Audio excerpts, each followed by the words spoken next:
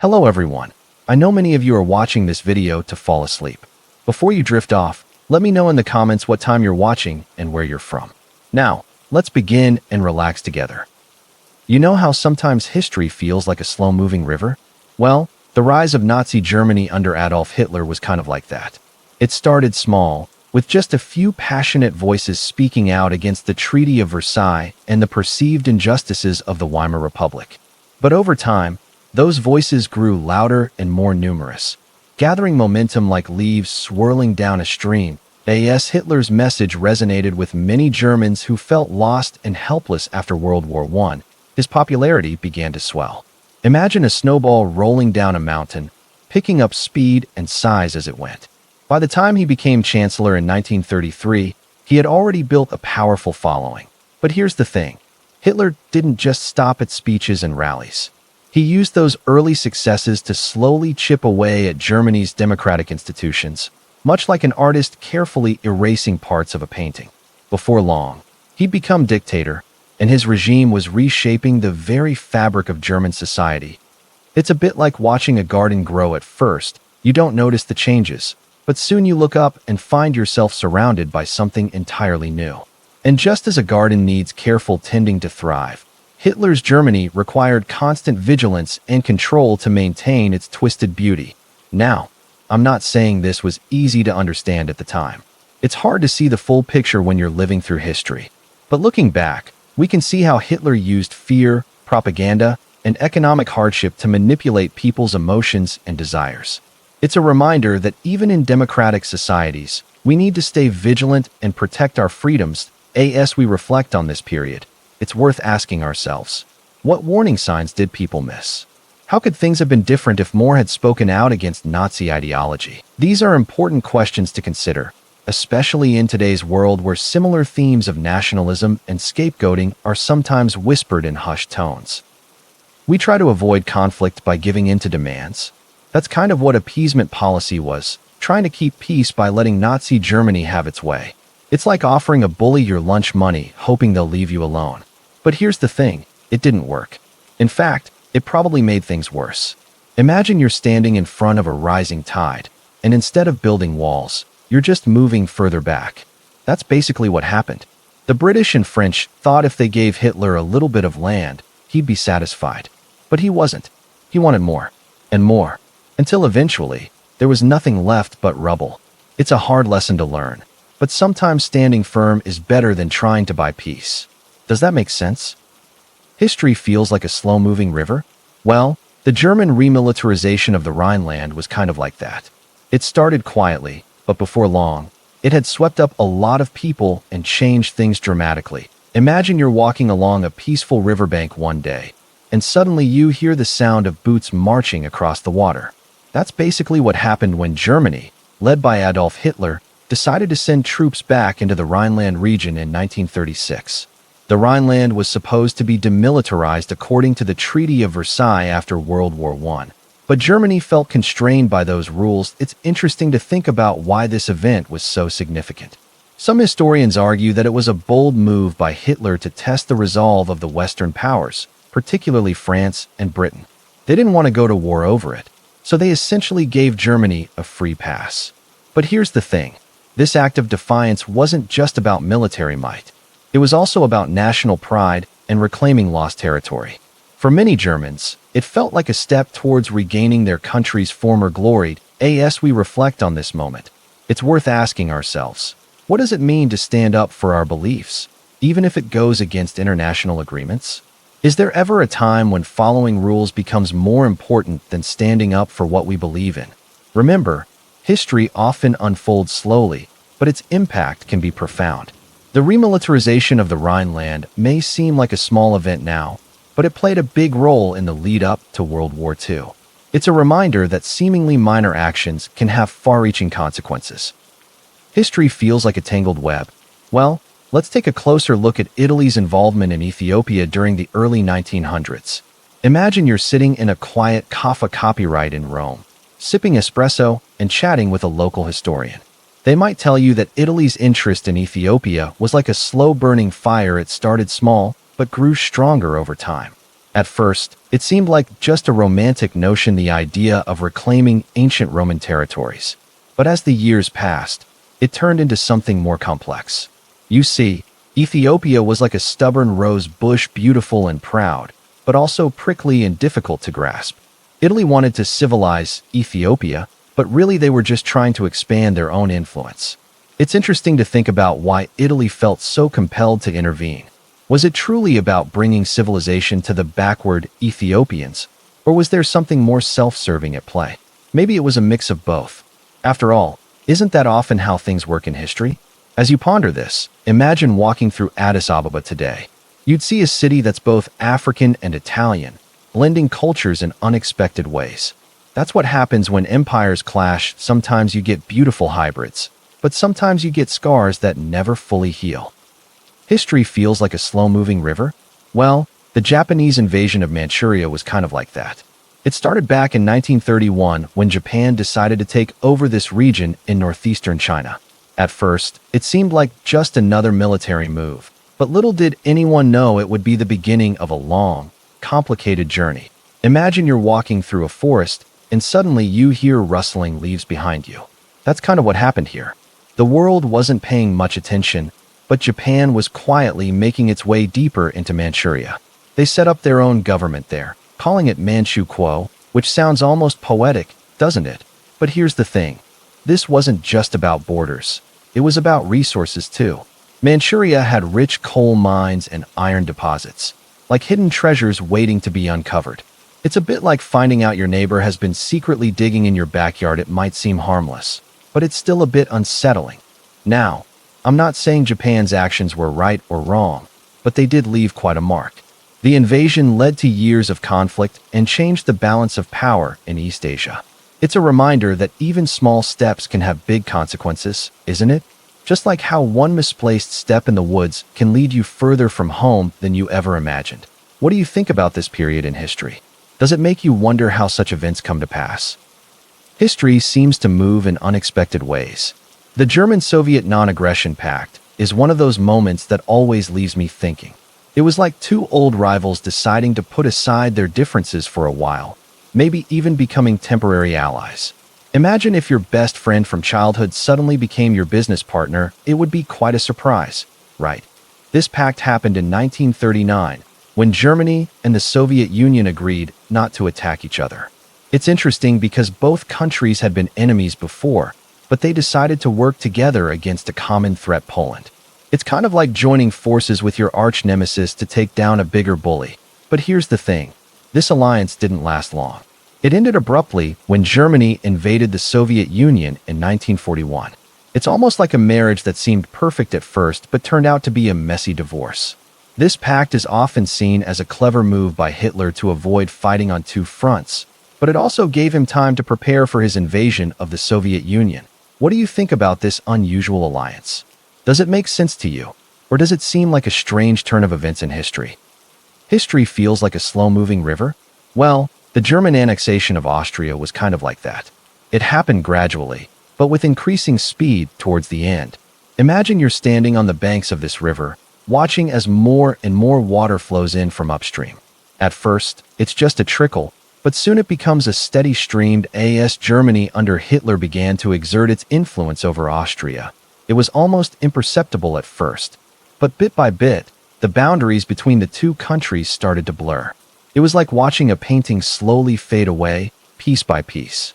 The Austrian government, led by Chancellor Dollfuss, tried to resist this creeping influence, but ultimately, they were swept up in the tide. In March 1938, the final push came. It was like a sudden storm hitting the riverbank, causing the water to surge forward. Germany marched into Austria, and overnight, the country became part of the Reich. The Anschluss, as it was called, seemed almost inevitable in hindsight, but at the time, many Austrians felt caught off guard. As you stand there on the riverbank, watching this unfold, you can't help but wonder, what if the Austrian government had acted sooner? Would things have turned out differently? It's a question that still lingers in the minds of historians today. But one thing is certain: the annexation of Austria marked a significant turning point in European history, setting the stage for even greater turmoil to come. We make decisions thinking they'll lead us down one path, but life has other plans. That's kind of what happened with the Munich Agreement back in 1938. It was this pact between Germany, Italy, France, and Britain, aiming to avoid war over Czechoslovakia. Imagine it like trying to calm a stormy sea. Everyone thought it would bring peace, but it ended up being more like throwing a stone into still waters, creating ripples that spread far beyond. Let me ask you this. Have you ever tried to reason with a stubborn child who refuses to listen? That's basically what the Western powers were doing with Hitler. They thought if they gave him some of what he wanted, he'd be satisfied and leave everyone alone. But it's like trying to buy off a hungry bear. It might calm him for a moment, but it doesn't solve the underlying issue. The agreement allowed Germany to annex parts of Czechoslovakia, essentially giving Hitler a taste of victory. It's like letting a child have their way once, thinking it'll teach them a lesson, but really, it just makes them hungrier for more. And that's exactly what happened. Germany continued to expand its territory, and before long, World War II broke out. So, in the end, Munich Agreement turned out to be more like a band-aid on a broken bone. It covered up the wound temporarily, but didn't heal anything beneath the surface. Life feels like a puzzle, and suddenly pieces start falling into place. That's kind of what happened when Germany occupied Czechoslovakia back in the 1930s. It was like a slow-moving storm cloud gathering on the horizon, bringing shadows over a land that had been peaceful for so long. Imagine waking up one morning to find strangers in uniforms walking down your street, speaking a language you don't understand. That's what many Czechs and Slovaks experienced when German troops rolled in. At first, it might have seemed like just another day, but soon the reality set in. Their country wasn't theirs anymore. It's hard to put yourself in their shoes, but try to imagine having your home taken away, your culture questioned, and your future uncertain. The occupation lasted until the end of World War II, leaving deep scars on the people and the land. But even in darkness, there's often a glimmer of hope. Many Czechs and Slovaks found ways to resist, to preserve their identity, and to dream of a better tomorrow. History feels like a big, messy tapestry. Well, the Spanish Civil War was kind of like pulling on one thread and watching the whole thing unravel. It started in 1936 when General Francisco Franco led a military coup against the democratically elected government. Imagine a country divided, with people on one side fighting for democracy and freedom, while others were determined to impose strict control. As the war dragged on, it became clear that this wasn't just about Spain. Other countries were getting involved too. Some saw it as a test run for World War II, while others wanted to support the struggling Spanish people. It's a bit like when we lend a friend money, hoping they'll pay us back someday. But what happens if they don't? For many Spaniards, the war meant losing loved ones, homes, and everything familiar. They had to flee, leaving behind their lives. Picture yourself packing a small bag and saying goodbye to your family, not knowing if you'd ever see them again. That's what thousands of people went through. In the end, Franco won, but at great cost. Spain was left scarred, much like a tree that's been hit by lightning. It can survive, but it'll never look the same. The war lasted until 1939, but its impact is still felt today. It's a reminder that even in our quiet moments, history is always just beneath the surface, waiting to be explored. Countries build up their military strength? Well, Germany has been doing that too, especially when it comes to its navy. It's kind of like building a big ship, but instead of sailing across oceans, this one stays close to home. Germany's naval buildup isn't about conquering other lands. It's more about protecting its own coastlines and waters. Imagine you're standing on a beach, feeling the waves gently lapping at your feet. That's what Germany wants, to protect its own little slice of coastline. Now, you might wonder why Germany needs such a strong navy. Well, think of it like this. Just as a small island needs sturdy walls to keep out storms, Germany wants to make sure its seas are safe from any potential threats. It's not aggressive, just cautious. For instance, Germany has been investing in submarines. These underwater vessels are like silent swimmers in the dark depths of the ocean. They're fast, stealthy, and can stay hidden for long periods. It's a bit like having a secret guardian watching over your house while you're away. But here's the thing. Germany isn't alone in this. Many countries have navies, and they all play a part in keeping the world's oceans safe. It's like we're all rowing together in a big boat, each contributing our own or to the rhythm of peace. So, Germany's naval buildup isn't something to worry about. It's just a country taking care of its own security, much like how you lock your door at night. The difference is, Germany's doing it on a much bigger scale, but still with the same goal in mind: safety and protection. History feels like a big puzzle? Well, let's talk about this piece called the Japanese attack on China. It happened back in the 1930s, when Japan was feeling pretty restless. Imagine you're at a dinner party, and suddenly everyone starts talking about how they want more food on their plate. That's kind of what Japan was doing. They wanted more territory and resources. Now, China wasn't exactly thrilled about this idea. It's like if your roommate started rearranging all your stuff without asking. China felt disrespected, so things got tense between them. In 1937, Japan decided to make its move, attacking a place called Shanghai. It was like throwing a stone into a still pond. The ripples went far and wide. This event marked the beginning of a long, complicated war between Japan and China. It's hard to imagine now, but back then, people were caught up in a whirlwind of conflict. The world watched as two powerful nations clashed, each believing they were right. As we reflect on this period, we realize how easily tensions can escalate into something much bigger than anyone expected. It's a reminder that even today, old wounds can still simmer beneath the surface, waiting to be addressed. We make decisions that seem right at the time, but later turn out to be complicated. That's kind of what happened with Germany when they left the League of Nations back in the 1930s. It was like they were trying to break free from something that felt suffocating, but in reality, they were stepping away from a safety net. Imagine being part of a big group project, feeling like everyone else is holding you back, so you decide to go solo. Sounds empowering, right? But what if that group was actually there to protect you from bigger challenges outside? That's basically what Germany did when they left the League.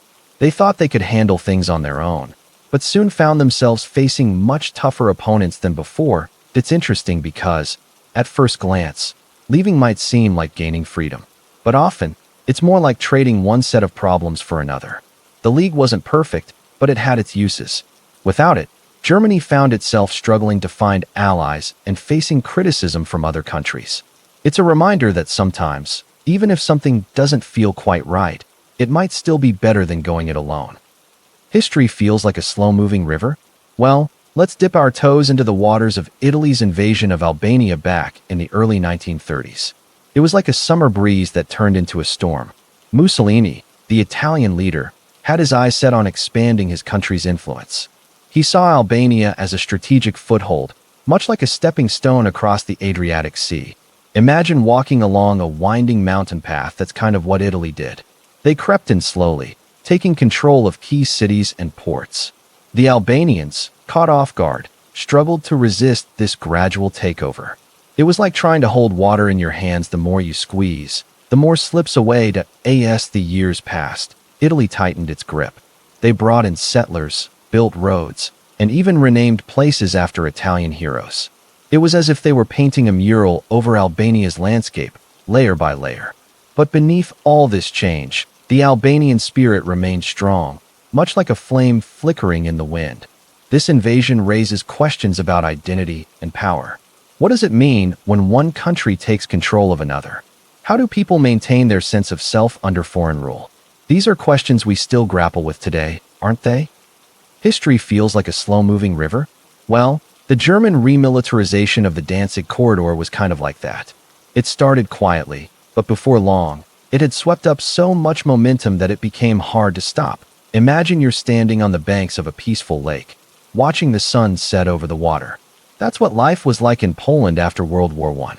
But then, gradually, you start to notice ripples disturbing the surface. Germany, still smarting from its defeat, began to eye the Danzig corridor, this narrow strip of land connecting Poland to the Baltic Sea. At first, it was just whispers of discontent, but soon enough, you could hear the sound of boots marching across the bridge. Now, you might wonder why this matters so much. After all, isn't it just a piece of land? But think of it like a thread pulled loose from a sweater. Once it starts unraveling, it can quickly become a big problem. The Danzig corridor was like that thread. Once Germany started pulling on it, it wasn't long before the whole fabric of peace in Europe began to fray. And we all know how that story ends. Borders feel like lines drawn on a map, but they represent so much more than that. The German-Polish border dispute is kind of like that. It's not just about where one country ends and another begins. It's about history, identity, and the lives of people who call this land home. Imagine you're standing on a hill overlooking two fields. One field is lush and green, the other is dry and cracked. That's roughly what Germany and Poland looked like after World War II. Germany was devastated, while Poland had been occupied by both Nazi Germany and the Soviet Union. As Europe rebuilt, the border between them became a physical and emotional divide. Now, picture a tree growing right on that border. Its roots stretched deep into both countries, its branches reaching towards the sky. That's kind of like the people living along this border. They've grown up with both cultures, speaking both languages, celebrating both holidays.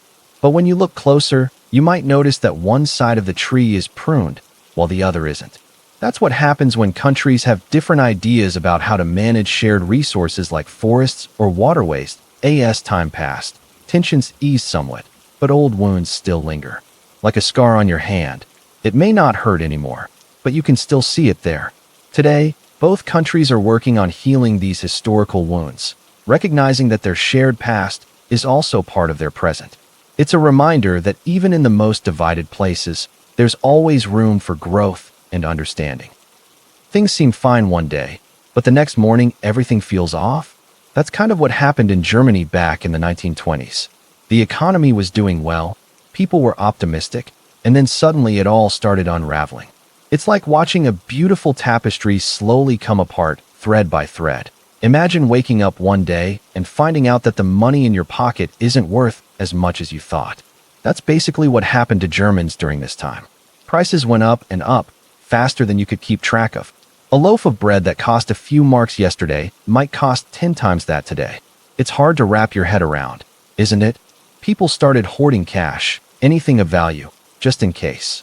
It was like living in a world of constant uncertainty. Some clever folks even used wheelbarrows full of cash to buy everyday items because the inflation was moving so fast.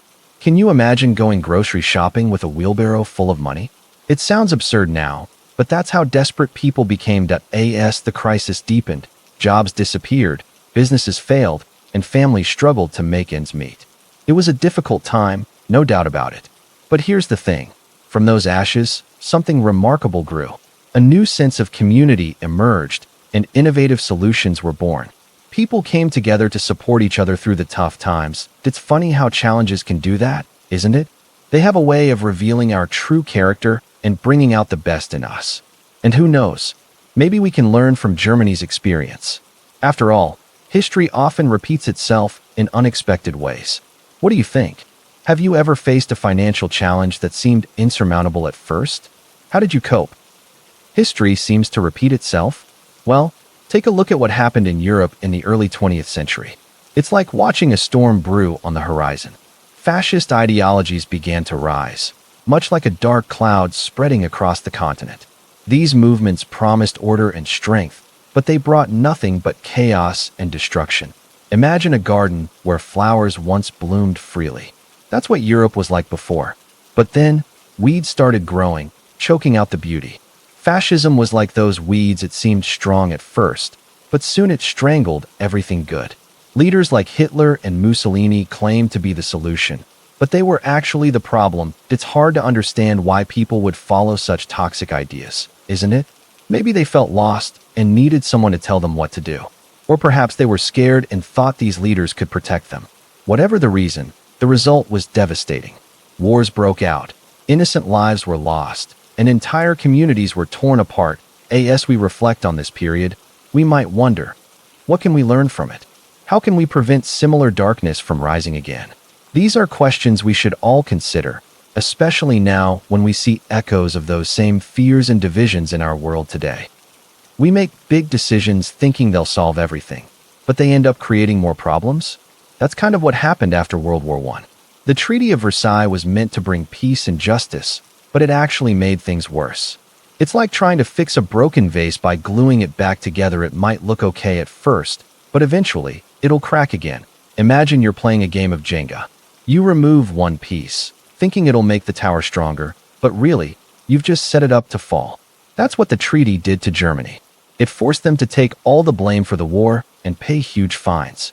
It's like putting all the weight of the world on one person's shoulders eventually. They'll buckle under the pressure. The treaty also created this thing called the League of Nations, which was meant to keep countries from fighting again.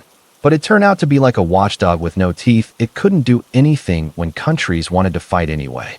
And then, of course, came World War II.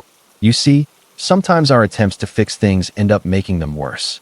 We need to be careful and think about the long-term consequences of our actions. We talk about history, but it feels so far away.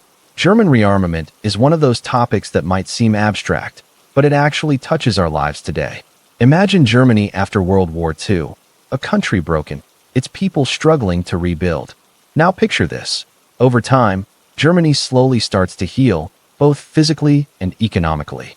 But there's a catch. Other countries, especially the ones Germany had fought against, were worried. They remembered what happened last time Germany got strong again. So, Germany had to be careful about rebuilding its military. It was like trying to learn to walk again after a long illness, slow, steady steps. The government had to balance between being strong enough to protect itself and not so strong that it scared others.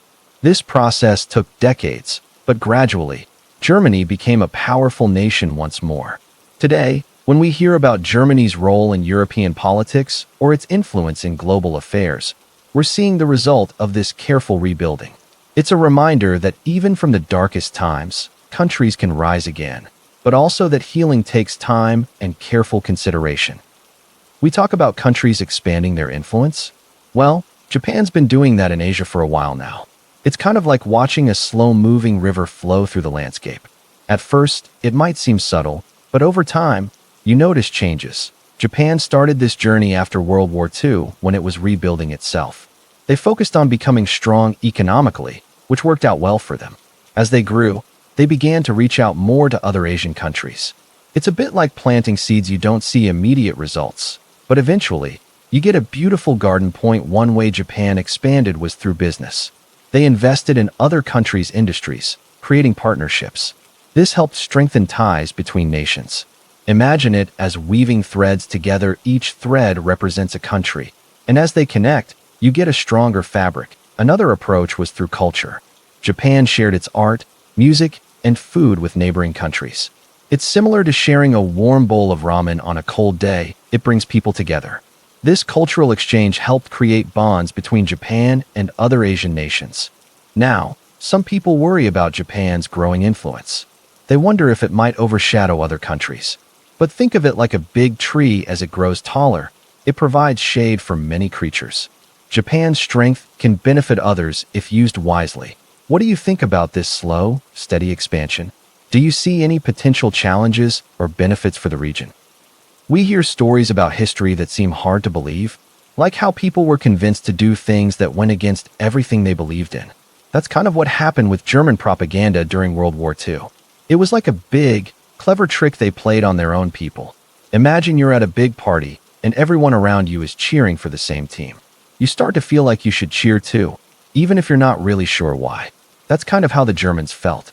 The government was like the host of this party, and they worked really hard to make everyone excited about the war effort. They used all sorts of tricks, posters, speeches, newspapers, to make people believe that what they were doing was right. It was like a big game of make-believe, but with real consequences. And just like how kids sometimes get caught up in pretend play, grown-ups got swept up too. But here's the thing. It wasn't all magic tricks and fairy dust. There were real reasons behind it all. People were scared, hungry, and feeling powerless. The government promised them safety and food if they just went along with things. It's a bit like how sometimes we do things because we think it'll make us feel better, even if deep down we know it's not right. But it's an important reminder that when we hear things repeated over and over, especially by people in power, we should always ask ourselves if it makes sense. And if something doesn't feel quite right, maybe we should dig deeper. After all, history has shown us time and again that even the most convincing stories can be just that, stories. We try to avoid conflict by giving in to demands. That's kind of what appeasement policy towards Japan was all about back in the 1930s. It's like trying to calm a stormy sea by throwing more pebbles onto the waves. It might seem to work for a while, but ultimately, it just makes things worse. Imagine you're walking through a forest and you come across a bear. The usual thing would be to stand your ground or slowly back away. But appeasement is like offering the bear your picnic basket and hoping it'll leave you alone. It sounds nice in theory, but it doesn't address the real issue: the bear's hunger for more. Japan was hungry for territory and resources, and the Western powers thought maybe if they gave in a bit, Japan would be satisfied. But it's hard to stop when you've started down that path. It's like letting a child have one cookie, thinking that'll satisfy them, only to find out they want the whole jar. In the end, appeasement didn't work out so well for anyone involved. It's a reminder that sometimes facing our fears head-on is better than trying to buy peace. What do you think? Do you think there are any situations where appeasement could work? History feels like a big puzzle? Well, the German-Soviet Non-Aggression Pact is one of those pieces that changes everything when you put it in place. It was like two old enemies deciding to call a truce, but without actually saying so out loud. Imagine you're playing chess, and suddenly your opponent puts down their piece and says, "You know what? I'm not going to attack you today."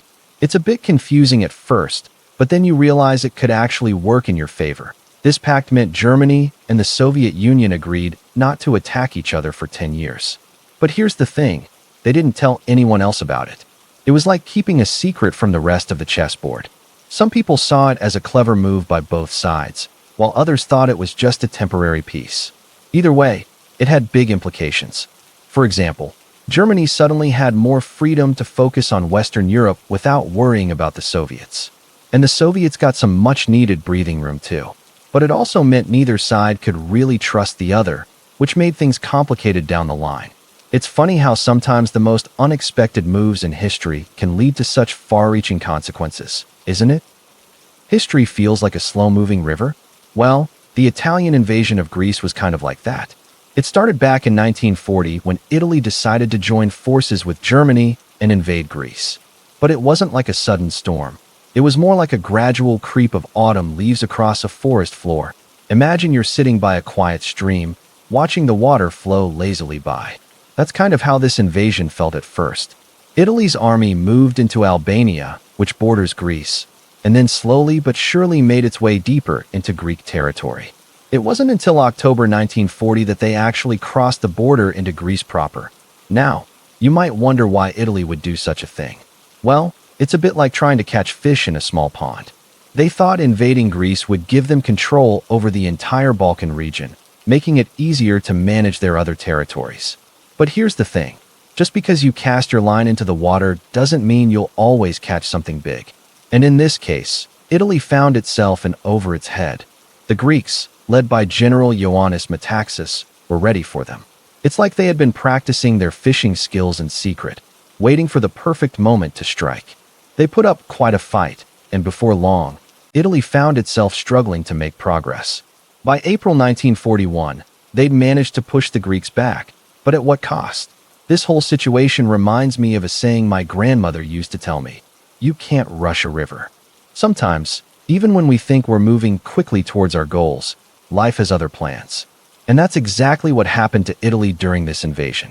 They learned that sometimes patience really is a virtue, especially when dealing with the complexities of war and international relations. Life feels like a puzzle, and suddenly pieces start falling into place. That's kind of what happened when Germany occupied France during World War II. It was like a dark cloud settled over the country, casting long shadows everywhere. Imagine walking through a beautiful garden, but instead of flowers blooming, you see soldiers patrolling every path. That's what France felt like under German rule. The streets were filled with uniforms, and the air was thick with tension.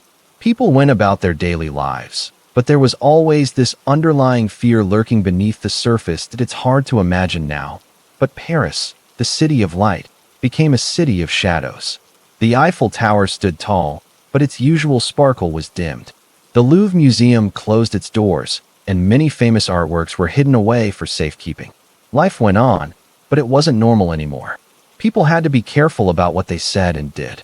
There were secret messages passed between friends, and whispers in alleys late at night. It was like living in a dream world, where nothing seemed quite real. But even in the midst of all this uncertainty, people found ways to resist. They'd leave small acts of defiance like painting a red rose on a wall, or singing forbidden songs in hidden cafes. It was like planting seeds of hope in the cracks of concrete. Looking back, it's amazing how France endured such hardship. The occupation lasted 4 long years, but eventually, the dark cloud lifted and the sun shone bright once more. France emerged from this experience changed, but still beautiful, like a flower that blooms even stronger after facing harsh winds. What do you think about this period in history? Do you have any questions about what life was like under German occupation? Life feels like a big puzzle? Well, imagine waking up one morning to find out that a piece of history had fallen into place in a way no one could have predicted. That's what happened on December 7th, 1941, when Japan launched its surprise attack on Pearl Harbor. It was like a storm suddenly appearing on a clear day. The sun was shining bright, but beneath the surface, tensions between America and Japan were simmering. And then, before anyone knew what hit them, Japanese planes swooped down like eagles diving for prey, leaving destruction in their wake. Imagine being there, hearing the sound of explosions echoing across the water, seeing ships burning like fireflies on a summer night. It must have felt like the world had turned upside down. But here's the thing. Even in the midst of all that chaos, there were moments of courage and kindness. Like the nurse who kept tending to her patients even as the bombs fell around her. As we reflect on this event, we might wonder, what would you do if faced with such uncertainty? Would you stand strong like the USS Arizona, or would you adapt like the survivors who found ways to keep hope alive despite everything? Remember, history isn't just dates and names. It's people's stories, their struggles, and their resilience. And sometimes, it's the quiet moments of reflection that help us understand the bigger picture. Life feels like a roller coaster ride. Well, imagine Germany's military strategy during World War II as a lightning-fast sprinter. It was called the Blitzkrieg, which translates to lightning war.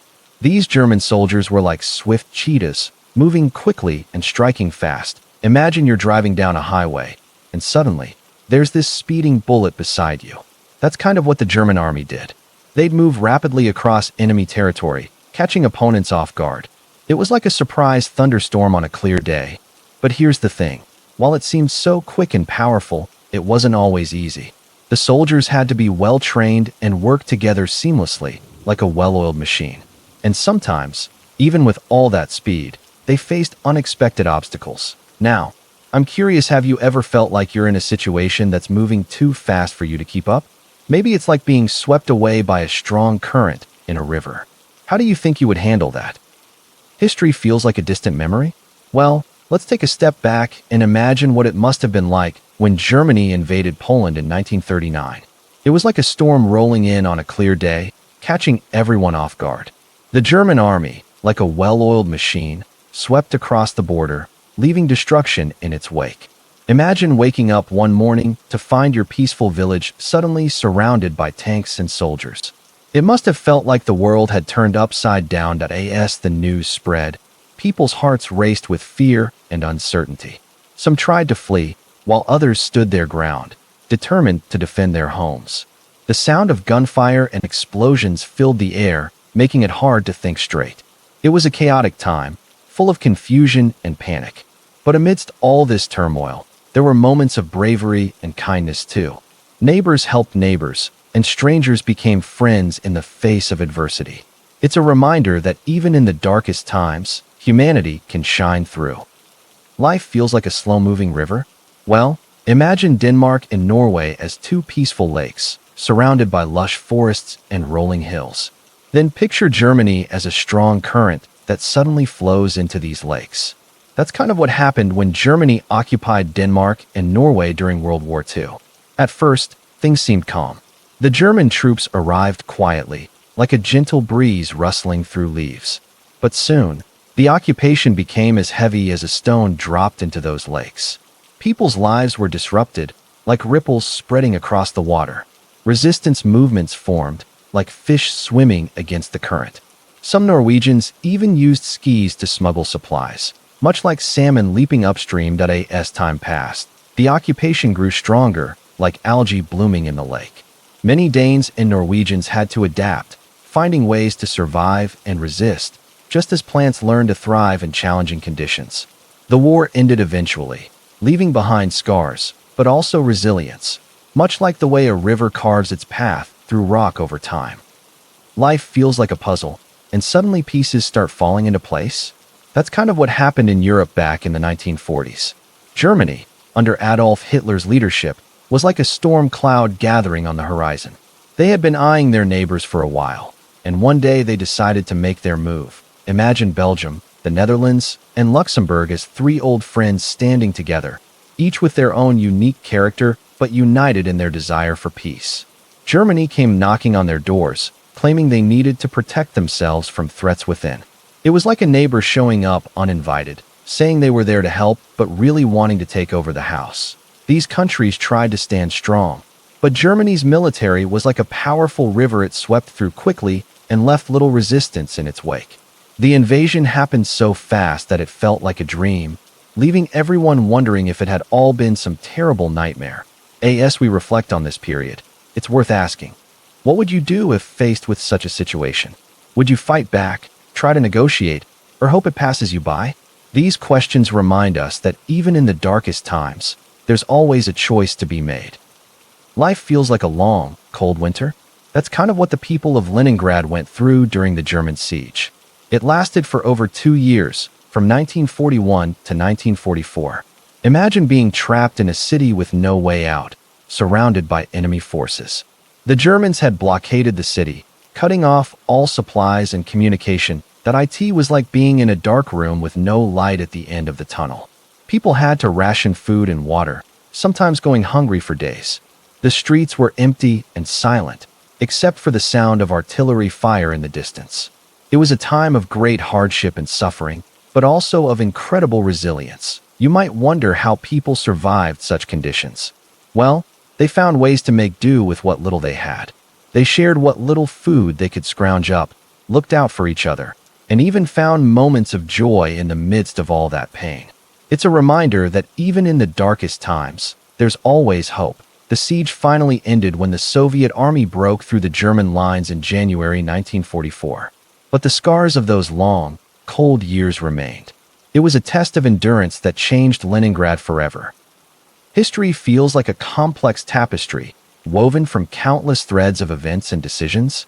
The German invasion of Yugoslavia was like unraveling that tapestry, thread by thread.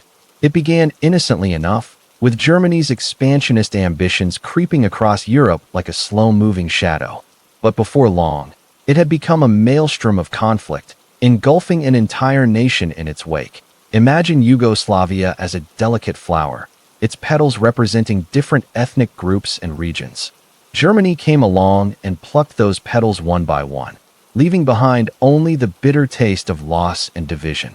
The invasion wasn't just about military conquest. It was also about reshaping the very fabric of identity and culture. As the war raged on, it became clear that this wasn't just a battle for territory, but for the soul of a nation. You see, the invasion of Yugoslavia serves as a stark reminder of how quickly the world can change. One moment, everything seems peaceful. The next, chaos erupts and nothing is ever the same again. It's a sobering thought, isn't it? To think that such upheaval can occur in our own lifetime, right under our noses. Yet, perhaps that's what makes history so fascinating, its ability to surprise us, even when we think we understand it all too well. Life feels like a puzzle, and suddenly pieces start falling into place. That's kind of what happened when I learned about the German occupation of Crete. It's this fascinating story that shows how even in the darkest times, there's always hope. Imagine Crete as a beautiful island, full of olive groves and sparkling beaches. But in May 1941, Germany swooped in like a storm cloud, taking control of this peaceful paradise. The Greek army put up quite a fight, but ultimately, they had to retreat to the mountains. It was like watching a strong tree bend under the weight of heavy snow. It looked broken, but deep down, it was still standing tall. As the Germans settled in, something remarkable happened. The Cretans, who were mostly Orthodox Christians, found ways to resist quietly. They'd leave food out for British soldiers, or hide them in caves. It was like a game of hide and seek, but instead of children, grown men were risking everything to help each other. One famous example is the Battle of Crete. It was like a big thunderstorm that rolled in unexpectedly. The Germans thought they'd easily take over, but the Cretans and their allies fought back bravely. In the end, the Germans retreated, leaving behind many dead soldiers. It was a small victory, but it showed that even when things seem hopeless, people can find strength within themselves and work together. This story makes me think, no matter how dark things get, there's always a way to resist, to stand up for what we believe in. And that's a pretty powerful lesson, don't you think? History feels like a big, messy puzzle? Well, let's take a closer look at this piece called The German Invasion of North Africa. It was like a storm rolling in across the desert sands. Germany, led by Rommel, swept through Egypt and Libya, leaving a trail of dust and confusion in its wake. Imagine being there, feeling the sun beating down, hearing the rumble of tanks in the distance. The Allies were caught off guard, like a deer frozen in headlights. But here's the thing. Even though the Germans seemed unstoppable, they faced challenges too. The desert heat was relentless, draining men and machines alike. And the British, though initially pushed back, found ways to adapt, like a tree bending in the wind. They learned from their mistakes and kept fighting, much like a river carving its way through rock over time. As we reflect on this chapter of history, it's interesting to consider what could have been if the tide had turned differently. Would the course of World War II have been altered? Perhaps. But maybe more importantly, it reminds us that even in the harshest environments, resilience and determination can carry us far. Just like the desert itself, which may seem barren but holds secrets and beauty beneath its surface. History feels like a big, messy tapestry? Well, Germany's involvement in the Spanish Civil War was kind of like adding a vibrant thread to that tapestry. It wasn't always easy to see at first, but over time, its impact became clearer. Imagine Spain as a house on fire, with different factions trying to put out the flames. Germany, under Hitler's leadership, saw this as an opportunity to test its military might and spread its ideology. They sent troops, weapons, and even aircraft to support the nationalist forces led by General Franco. It was like adding fuel to the fire, making it harder for the other side to fight back. But here's the thing. Germany's involvement wasn't just about causing chaos. It was also about learning from the conflict. They used the war as a testing ground for their military strategies and tactics.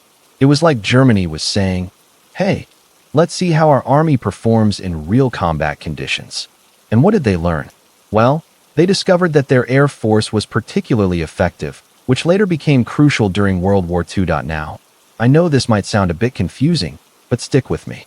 Germany's involvement in Spain wasn't just about winning battles. It was also about spreading ideas. They were trying to show the world how their brand of politics could work in practice. It was like they were saying, hey, come check out our way of doing things. But, of course, their methods weren't exactly, shall we say, democratic. As the war raged on, Germany continued to support Franco's forces, even when it seemed like the tide was turning against them. It was like Germany was holding onto a sinking ship, hoping it would stay afloat long enough for them to get off. In the end, though, the nationalists won, and Germany had achieved its goal of supporting an authoritarian regime in Spain. But here's the thing. While Germany's involvement in the Spanish Civil War might seem like a distant memory now, its impact still resonates today. The conflict showed us how easily countries can become embroiled in each other's affairs, often with far-reaching consequences. It's a reminder that even small threads in history's tapestry can have big effects down the line. So, what do you think? Does this help make sense of Germany's involvement in the Spanish Civil War? Or is there anything specific you'd like to know more about? We talk about history, and it feels so far away. Well, let's take a step back and think about Germany in the early 1900s. It was like a big storm brewing over Europe. The Nazi Party came along and promised to make everything better, but what they actually did was create this whole system of racial hierarchy. Imagine a big pyramid, with Aryans at the top and Jews, Romani people, disabled folks, everyone else below them. They called it the Aryan race, but really it was just a way to divide people. Now, here's the thing. It wasn't just about treating people poorly. Oh no, it went much deeper than that. They started passing laws that stripped people of their rights, making it hard for them to work, live where they wanted, even marry who they chose. It was like slowly taking away pieces of a puzzle until the picture was completely distorted. And then there were the concentration camps. I mean, We all know about Auschwitz now, but back then it was like this dark secret that nobody wanted to talk about. But here's what I find really interesting. Even though these policies were so clearly wrong, they seemed to make sense to some people at the time. It's like how sometimes we can get caught up in our own thinking and forget to look at things from other perspectives. It's a reminder that history can be complex, and even the most terrible events often have roots in ideas that seemed reasonable at the time. What do you think about this? How do we make sure something like this never happens again? We talk about history and it feels so far away. Well, let's take a step back and think about this idea of German exploitation of slave labor during World War II. It's a heavy topic, but I want to approach it gently. Imagine you're walking through a forest and suddenly you come across a hidden clearing. In this clearing, there are people working tirelessly, day after day, without much rest or reward. That's kind of what happened to millions of people during the war. They were forced to work in factories, farms, and other places, often under terrible conditions. It's hard to wrap our heads around why someone would do such a thing, isn't it? But here's the thing, it wasn't just about cruelty. It was also about economics. Germany needed workers to keep its war machine running, and they didn't care who they used. It's like they were gathering all these leaves from different trees and putting them together in one big pile, without thinking about where each leaf came from or how it grew. Now, I'm not going to sugarcoat it, this was a dark time in human history. But it's also important to remember that there were many people who risked everything to help these enslaved workers. They were like beacons of hope in the darkness, shining light on the injustice. As we reflect on this, it makes us wonder, what does it mean to treat others with dignity and respect? How can we make sure we never forget the lessons of the past? Remember, history is full of complexities, and this is just one small part of a much bigger story. But taking the time to understand it, even if it's uncomfortable, can help us become better versions of ourselves today. We talk about big technological leaps. Well, Germany's development of the V1 and V2 rockets was one of those moments. It's kind of like when you finally figure out how to ride a bike after struggling for weeks, suddenly everything clicks, and you're zooming along. Imagine being part of a team racing against time to create something entirely new. That's what German engineers faced during World War II. They were tasked with building weapons that could reach enemy cities without actually being there. The V1 was like a flying bomb, while the V2 was a proper rocket ship.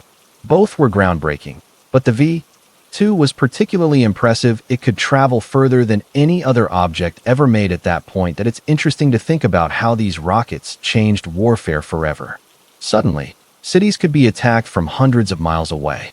But it's also worth remembering that this technology wasn't just used for war. It paved the way for space exploration later on. It's a reminder that even in difficult times, human ingenuity can lead to amazing breakthroughs. We hear about historical events, but don't really grasp what they meant for people living through them. The German use of concentration camps during World War II is one of those things. Imagine being trapped in a small room with no windows, surrounded by strangers who might be friendly, but could also turn against you at any moment. That's what it was like for millions of people during the war. These camps weren't just prisons, they were places where people were sent to die. It's hard to wrap our heads around such cruelty, isn't it? The Nazis used them to punish political opponents, Jews, Romani people, and others they deemed undesirable. It's like a big puzzle, but instead of pieces fitting together, these groups were torn apart. One example that always sticks with me is Anne Frank. She wrote a diary while hiding with her family, hoping someone would find it after they died. Her story humanizes the tragedy, making it feel more personal and less abstract. It's a reminder that behind every statistic or historical event, there are real people with hopes and dreams. Just like us, as we reflect on this painful chapter in history, it's important to remember that even in the darkest times, there were acts of kindness and resistance. It's a sobering thought, but one that can inspire us to stand up against injustice whenever we see it. We learn things that challenge our understanding of history. The story of Germany's role in the Holocaust is one of those difficult lessons. It's hard to wrap your head around how a country known for its culture and philosophy could be involved in such atrocities. Imagine if suddenly everyone in your community was expected to participate in something terrible, even if they didn't want to. That's kind of what happened in Nazi Germany during World War II. that the Holocaust refers to the systematic persecution and murder of 6 million Jews by the Nazi regime and its collaborators. It's often described as the final solution to the Jewish question. But here's the thing. Ordinary people were forced to carry out these horrific acts. They weren't all monsters. Many were just following orders or afraid of consequences. It's a reminder that even in the darkest times, there's always a choice between doing wrong and doing right. Let me ask you this. Have you ever heard of Oskar Schindler? He was a German businessman who saved thousands of Jews from certain death during the war. His story shows that even in the midst of evil, there's always room for compassion and courage. It's a powerful lesson about the human spirit and the importance of standing up against injustice, no matter how small our actions may seem. Life feels like a big puzzle? Well, imagine Germany's occupation of France and its colonies was like trying to force all those pieces together. It didn't quite fit, but they tried anyway. Picture France as a beautiful garden, full of vibrant flowers and buzzing bees. That's what France was before the war. But then, suddenly, this big, strong hand comes in and tries to take control. The flowers start wilting, the bees get scared, and everything feels out of place. Now, imagine France had colonies around the world, like a big family spread across the globe. Each colony was like a different room in the house, each with its own special character. But when Germany came along, it was like locking all those doors and saying, "I'm in charge now." It wasn't easy for anyone involved. The French people felt like their home was being taken over, while the Germans were trying to make it work according to their rules. It's kind of like when you move into a new apartment and try to rearrange everything to suit yourself. But forget that the previous owner had a system that worked just fine. As time went on, things got even more complicated.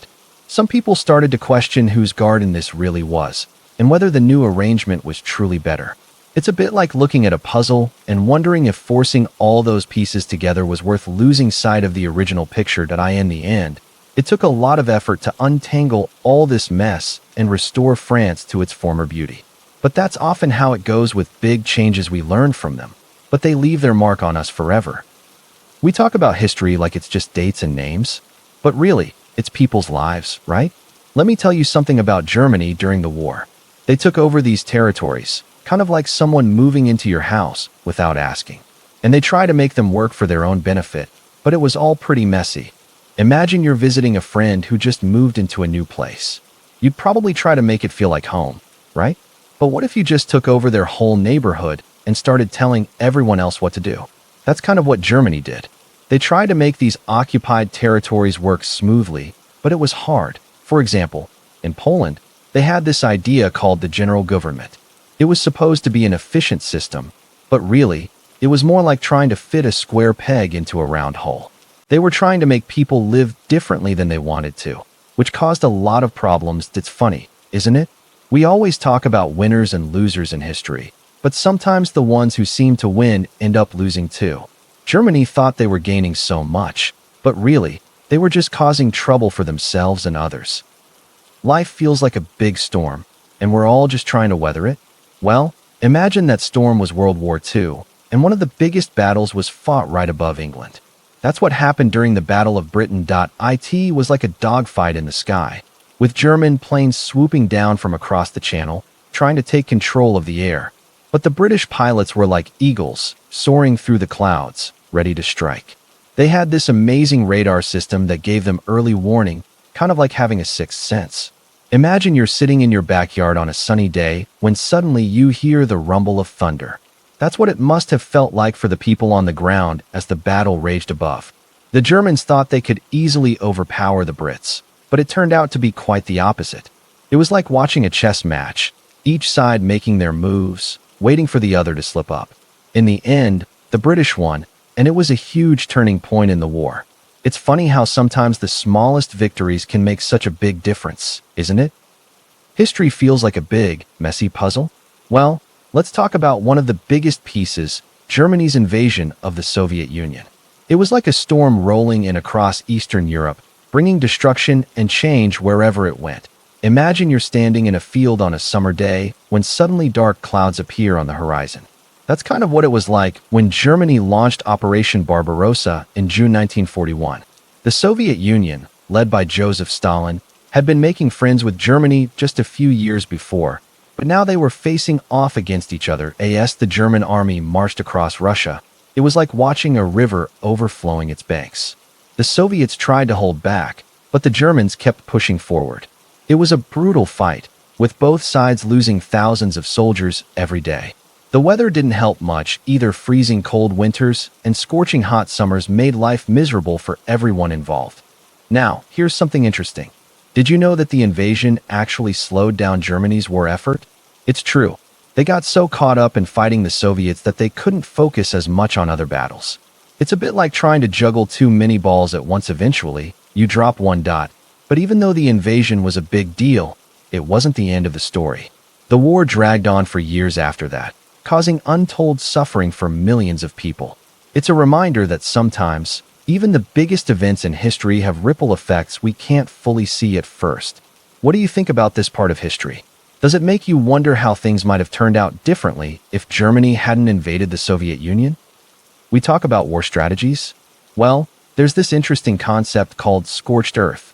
It's when people deliberately destroy everything around them before leaving an area, kind of like burning down a house before evacuating. In Germany during World War II, they took this idea quite seriously. Imagine walking through a forest and seeing nothing but charred trees and empty fields. That was what happened in many German towns and cities. The soldiers would set fire to buildings, destroy crops, and even dig up roads. It was meant to make it difficult for the enemy to use the land later. But here's the thing. While it might seem like a clever tactic, it actually ended up hurting the German people more than anyone else. They lost their homes, food, and resources. It's a bit like cutting off your own branch while trying to escape a storm. It doesn't help you survive the tempest. We talk about big historical events, but they feel so far away. The Atlantic Charter was one of those moments that shaped the world, kind of like when you make a decision that changes everything. It happened during World War II, when Germany was fighting alongside other Axis powers. Now, imagine you're sitting in a cozy copyright, sipping coffee, and someone starts talking about this secret meeting between Winston Churchill and Franklin D. Roosevelt. They were basically saying, hey, after all this chaos, let's try to create a better world. It sounds simple, but think of it like planting seeds. You don't see the results right away, but over time, they grow into something beautiful. You might wonder, what did Germany have to do with it? Well, it's interesting because Germany wasn't directly involved in the charter itself. But here's the thing. The charter was partly a response to Nazi Germany's aggressive actions. It was like trying to put out a fire before it spreads. The document talked about freedom from fear and want, which were pretty much the opposite of what Germany was doing under Hitler's rule. So, in a way, Germany's actions indirectly influenced the creation of this charter. It's kind of like how our choices affect people around us, even if we're not directly involved in their decisions. History feels like a tangled web. Well, let's take a closer look at Germany's role in the Wannsee Conference. It was this secret meeting back in 1942 where high-ranking Nazi officials gathered to discuss the final solution. Imagine you're sitting in a room with people who seem normal, but they've all agreed on something terrible. They were basically planning how to systematically wipe out Jews and other minorities. It's hard to wrap your head around, isn't it? Now, here's the thing. While we often focus on the big names like Heydrich and Eichmann, there were many ordinary Germans involved too. They might have been just doing their jobs, but still, they played a part in this horrific plan. It's kind of like being part of a machine. You might not be the one turning the gears, but you're still contributing to its movement. What I find interesting is how this conference shows us that evil isn't always obvious. These men weren't monsters. They seemed quite ordinary. They even had tea and cake while discussing such atrocities. It makes you wonder, doesn't it? How do regular people get caught up in such darkness? And what can we learn from this to prevent similar things happening again? Life feels like a long, winding road. Well, imagine Germany's involvement in the Battle of Stalingrad was like getting stuck in a particularly nasty traffic jam.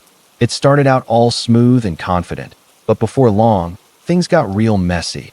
Germany had been making great strides in Russia, pushing deep into Soviet territory. They were like a force of nature, unstoppable and powerful. But then, they hit this one spot, Stalingrad, and suddenly found themselves trapped. It was like driving down a narrow street and realizing there's no way out. The Soviets closed in from all sides, cutting off supply lines and leaving German troops stranded. As time went on, conditions grew more and more dire. Soldiers were freezing cold, hungry, and exhausted. It was like being stuck in a car with no heat, no food, and no end in sight. Morale plummeted, and soon even the usually unbreakable German army began to crumble. In the end, it wasn't just a defeat, it was a complete breakdown. Germany lost hundreds of thousands of men, equipment, and precious resources. It was like hitting a brick wall while driving full speed ahead. The impact was felt for years to come, changing the course of World War II in ways both big and small. History feels like a big, messy puzzle? Well, let's talk about Germany's role in D-Day. It might seem counterintuitive, but Germany actually played a part in the Allied victory. Imagine the war as a big stage, and Germany was both the actor and the audience. On one hand, they were the enemy, fighting against the Allies. But on the other hand, they were also watching from the sidelines, wondering what would happen next. It's kind of like being in a play and knowing all the lines, but still being surprised by how things unfold. Germany had been preparing for years, building strong defenses along the coast. They thought they were ready for anything, but the Allies had a few tricks up their sleeves. One interesting thing is that Germany wasn't even directly involved in the D-Day landings. Instead, they were more like the opposing team in a game they weren't expecting. The main action happened between the Allies and the German army stationed in France. It's a bit like showing up late to a party. You're there, but you're not quite sure what's going on. As we reflect on this, it makes us realize how complex history can be. Sometimes the people we think are our biggest enemies end up playing a smaller role than we expect. And sometimes, even when we feel prepared, life has other plans. What do you think about this perspective on history? Does it change how you see the world today? History feels like a big puzzle? Well, let's talk about Germany's role in the Battle of El Alamein. It's interesting because, even though Germany wasn't directly involved in this North African battle, their influence was felt across the desert sands. Imagine Egypt as a vast canvas, with armies moving like brushstrokes painting a picture of war. The British were trying to clean up the mess left by Italy's messy strokes, while Rommel's German-trained troops were adding bold, strategic lines. But here's the thing, Germany wasn't actually there in person, more like guiding the Italian painter's hand from afar. It's kind of like when you're learning a new skill, you might have a mentor who isn't physically there, but gives you advice through letters or videos. That's basically what Germany did for Italy. They sent advisors, shared tactics, and even lent them some of their best equipment. It's fascinating to think about how far-reaching one country's influence could be, even when they weren't right there in the thick of it. But remember, history is full of these kinds of connections. Sometimes the biggest impact comes from behind the scenes, rather than center stage. And that's what makes studying battles like El Alamein so intriguing. There's always more to uncover, like hidden layers in a painting waiting to be revealed. Life feels like a big chess game? Well, imagine Germany and Russia playing out this epic battle on a map of Eastern Europe. The German army was like a well-oiled machine, moving swiftly across the landscape. But the Russian defenses were like a thick wall of ice, hard to crack, but ultimately unbreakable. As the battle raged on, it became clear that Germany's strategy wasn't quite working out as planned. They had underestimated the strength of the Soviet forces and overextended themselves. It's like trying to hold water in your hands. No matter how hard you squeeze, it always seems to slip away. The turning point came when the Russians launched a massive counterattack. It was like a storm rolling in on a summer day, catching everyone off guard. The Germans found themselves retreating, their lines breaking like fragile twigs under pressure. In the end, Germany lost nearly a quarter of its tank force and over 300,000 soldiers. It was a costly defeat that would be felt for years to come. As we reflect on this pivotal moment in history, we're reminded that even the mightiest empires can fall victim to overconfidence and miscalculation. What do you think about this lesson from the past? How might it apply to our own decision-making today? History feels like a big puzzle? Well, let's talk about Germany's role in the Battle of Midway. It might seem far-fetched, but hear me out. During World War II, Germany wasn't directly involved in this pivotal naval battle between Japan and the United States. However, there's an interesting connection. Germany was actually providing support to Japan through its U-boat fleet. Imagine Germany as a silent partner, offering submarine assistance to Japan from afar. This indirect involvement highlights how global conflicts can have unexpected threads. While Germany wasn't fighting alongside Japan at Midway, their relationship shows how interconnected world events can be. It's kind of like when you lend a book to a friend and they pass it along to another person. The book might end up in someone else's hands entirely, but you can still see the chain of connections. Similarly, Germany's actions had ripple effects in the Pacific theater, even if they weren't directly present. This example also raises questions about the nature of alliances and support in war. It makes you wonder how different history might have been if Germany had been more directly involved at Midway. Maybe it would have changed the course of the battle or even the outcome of the war. What do you think? Does this kind of indirect involvement change how you view historical events? History feels like a big puzzle? Well, let's talk about Germany's role in the Battle of Guadalcanal. It might seem far-fetched, but hear me out. During World War II, Germany wasn't directly involved in this Pacific theater battle, but its influence was felt across the ocean. Imagine Germany as a master chef, while Japan was more like the sous chef. They were both part of the same culinary team, but Germany was cooking up plans in Europe while Japan was busy in the Pacific. Germany's involvement was more like a subtle seasoning. They provided Japan with vital supplies and strategic advice. For instance, Germany shared its expertise in submarine warfare with Japan. It's like passing along a secret recipe for the perfect sauce. This knowledge helped Japan's naval forces become more effective in the waters around Guadalcanal. Now, picture Guadalcanal as a bustling restaurant. The U.S. Marines were the head chefs, trying to whip up victory, while the Japanese were the waitstaff, determined to serve defeat. Germany's indirect support was like adding a pinch of salt. It enhanced the flavor of Japan's efforts, even though it wasn't directly visible on the plate. In the end, just as a great dish needs balance, Germany's subtle influence added depth to Japan's strategy in Guadalcanal. But remember, history is complex, and there's always more to uncover. Maybe one day we'll find out if Germany had any other tricks up its sleeve that could have changed the course of events in the Pacific. History feels like a big puzzle? Well, let's talk about Germany's role in the Battle of El Agheila. It was part of World War II, but imagine it as a smaller piece of that larger puzzle.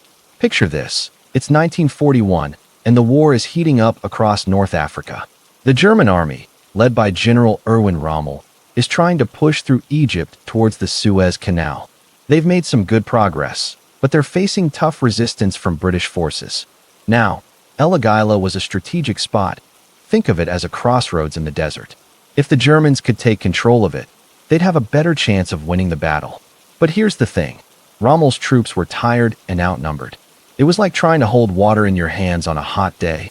Despite the odds, Rommel was determined. He used clever tactics, like pretending to retreat while actually setting up traps for the British. It was like playing a game of chess in the sand dunes. But in the end, the British held firm, and the Germans had to withdraw. This battle might seem small compared to others in the war, but it shows how even small victories can be important. And it gives us a glimpse into the mind of Rommel, a general who knew how to make the most of limited resources. What do you think? Does this help you understand the battle better? History feels like a big, messy puzzle? Well, let's talk about Germany's role in the Battle of Monte Cassino. It's a fascinating piece of that puzzle, and I think it might surprise you. Imagine you're standing on a hill overlooking a valley. That's kind of what Monte Cassino was, a strategic high point in Italy during World War II. The Germans had fortified this monastery town, turning it into a strong defensive position. They called it the Gustav Line, and it was like a giant wall across Italy. Now, here's where it gets interesting. The Germans weren't just fighting to hold on to this ground. They were also trying to protect Rome from Allied forces pushing north. It's a bit like holding onto a lifeline while trying to keep your head above water. But here's the thing. Even though the Germans put up quite a fight, they ultimately lost control of Monte Cassino. And when they did, it opened up a path for the Allies to push further into Italy. It's almost like removing one stone from a mosaic. It changes the whole picture. I wonder, have you ever thought about how individual battles like this shape the course of history? It's pretty mind-boggling when you stop to think about it. History feels like a distant memory? Well, let's take a step back and imagine we're standing on the beaches of Normandy on June 6, 1944. The air is thick with tension as German soldiers huddle behind their defenses, waiting for the Allied invasion. It's a bit like being at the edge of a stormy sea, unsure when the waves will crash as the first wave of troops hits the shore. It's like watching ripples spread across a pond. The Germans respond quickly, firing artillery that thunders through the air like a never-ending drumbeat. Their involvement was crucial. They were the ones defending this stretch of coastline after all. But here's the thing. While they fought hard, they were also caught off guard. It's a bit like trying to hold back a flood with your bare hands. Eventually, the water, or in this case, the Allies, would find a way through. Now, I'm not saying the Germans didn't put up a good fight. They did. But think of it this way. Imagine you're playing chess, and suddenly someone moves one of your pieces without telling you. That's kind of what happened to the German forces that day. They were expecting an attack elsewhere, so when the real thing hit Normandy, it was like trying to adjust to a completely new game plan mid-match. It's interesting to consider how things might have turned out if the Germans had been better prepared. Would the course of World War II have changed? Maybe, but that's a question for another time. What do you think? How do you feel about the role Germany played in the Battle of Normandy? History feels like a big puzzle? Well, let's talk about Germany's role in the Battle of Anzio. It might seem far-fetched, but hear me out. You see, Germany wasn't directly involved on the ground during that famous Allied invasion of Italy, but they were there in spirit, so to speak. Imagine Germany as a ghostly presence hovering over the battlefield, influencing events without being seen. That it's kind of like how a parent might guide their child without physically intervening. Germany was more of a strategic puppeteer, pulling strings from behind the scenes. They provided intelligence and logistical support to the Axis forces defending Anzio.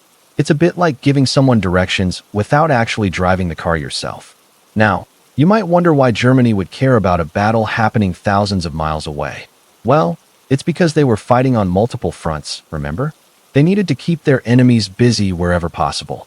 So, even though they weren't directly involved, their efforts helped tie up resources that could have been used elsewhere. But here's the thing, Germany's involvement wasn't just about winning the war. It was also about maintaining their reputation as a powerful force. It's like when you're playing a game and you pretend to be interested in something just to look cool. Germany was doing that on a much bigger scale. In the end, Germany's indirect role at Anzio was just another piece in the complex puzzle of World War II. It shows how even when we think we know everything about history, there are always hidden connections waiting to be discovered. And isn't that what makes history so fascinating? History feels like a big, messy puzzle? Well, let's talk about Germany's role in the Battle of Berlin.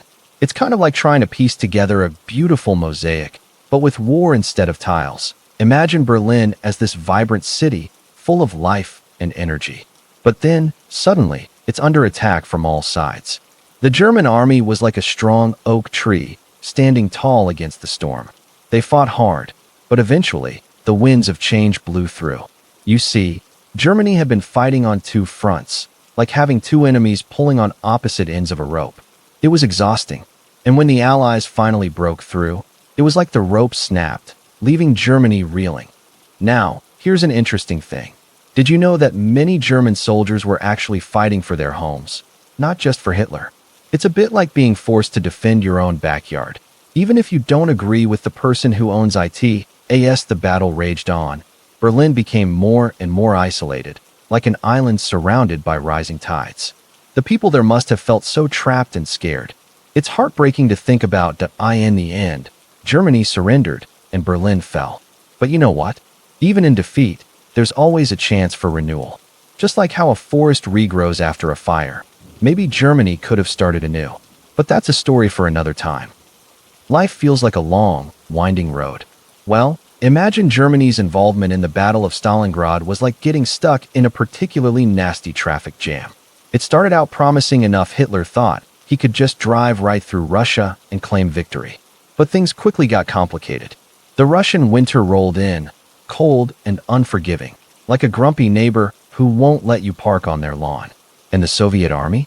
They were like a swarm of bees, buzzing around every corner, stinging whenever they could. As the battle raged on, it became clear that this wasn't going to be a quick fix. It was more like trying to move a mountain, slow, painful, and exhausting. The German troops were stretched thin, like rubber bands pulled too far. And the Russians? They were digging in deep, like moles burrowing underground tunnels. In the end, it all came crashing down. The Germans found themselves trapped, surrounded by enemy forces, with no easy way out. It was like being lost in a maze with no map, no compass, and no exit sign. And when it finally ended, well, let's just say Germany had a lot of soul-searching to do. It was a hard lesson learned, but one that would shape the course of history for years to come. Things build up over time until suddenly there's this big explosion. That's kind of what happened with World War II. It wasn't just one event that caused everything, but rather a series of smaller incidents that gradually heated things up. Imagine you're watching a pot of water on the stove. At first, it's just simmering along, but as more heat gets added, it starts to boil faster and faster. That's sort of what was happening in Europe in the years leading up to the war. Countries were making alliances, taking sides, and getting more and more worked up over various issues. For instance, Germany had been struggling after World War I, and people were looking for strong leadership. Along came Adolf Hitler, who promised to make Germany great again. But his ideas weren't exactly peaceful, if you know what I mean. He started expanding Germany's territory, which made other countries nervous. Then there were all these treaties and agreements between nations, like the Treaty of Versailles after World War I. They were meant to keep everyone from fighting again, but they actually ended up causing tension instead. It's a bit like trying to hold back a flood with sticks eventually. The water's going to find a way through. As tensions rose, small conflicts broke out here and there. The Japanese invaded China, Italy took over Ethiopia, and Germany annexed Austria. Each of these incidents was like adding another log to the fire. Eventually, the flames got so high that they engulfed the whole continent. Now, I'm not saying anyone could have prevented the war entirely, but maybe if people had communicated better, or if leaders had been more willing to compromise, things might have turned out differently. It's always interesting to think about how history might have unfolded if certain choices had been made. What do you think? Do you ever wonder how different the world would be if we'd handled things differently back then? History feels like a big, messy tapestry. Well, let's focus on 3 threads that got tangled together during World War II: Germany, Italy, and Japan. These countries formed what was called the Axis powers, kind of like 3 friends who decided to start a band together. Imagine Germany as the lead singer, all charismatic and confident. Italy was more like the enthusiastic drummer, always ready to jump in and play along. And Japan? That would be our quiet but determined bassist, adding depth to the rhythm section. They may have seemed like an odd trio at first glance, but they found common ground in wanting to challenge the status quo and expand their influence. But here's the thing. Just because they were allies doesn't mean they were happy about it. It was more like a marriage of convenience, each one hoping to gain power and territory through this partnership. And when it all fell apart, well, let's just say it wasn't pretty. The war left deep scars on all 3 countries, and it took them years to recover. So next time you hear about the Axis powers, remember that even though they worked together, they weren't exactly best buddies. Life feels like a big puzzle? Well, imagine the Allied powers during World War II as 4 pieces coming together to form a beautiful picture. The United States was like the strong foundation, providing stability and resources. Great Britain was the steady heartbeat, keeping hope alive even when things seemed darkest. France was the creative spark, bringing fresh ideas and determination. And the Soviet Union was the quiet giant, slowly but surely pushing back against the enemy. Together, they formed an unbreakable bond, supporting each other through thick and thin. It's kind of like how we support our friends in tough times. We don't always have all the answers, but we show up and do what we can. These countries didn't always agree on everything, but they found common ground and worked towards a shared goal. They proved that even when the world seems divided, we can come together and make a real difference. Just think about it. Without this alliance, history might have turned out very differently.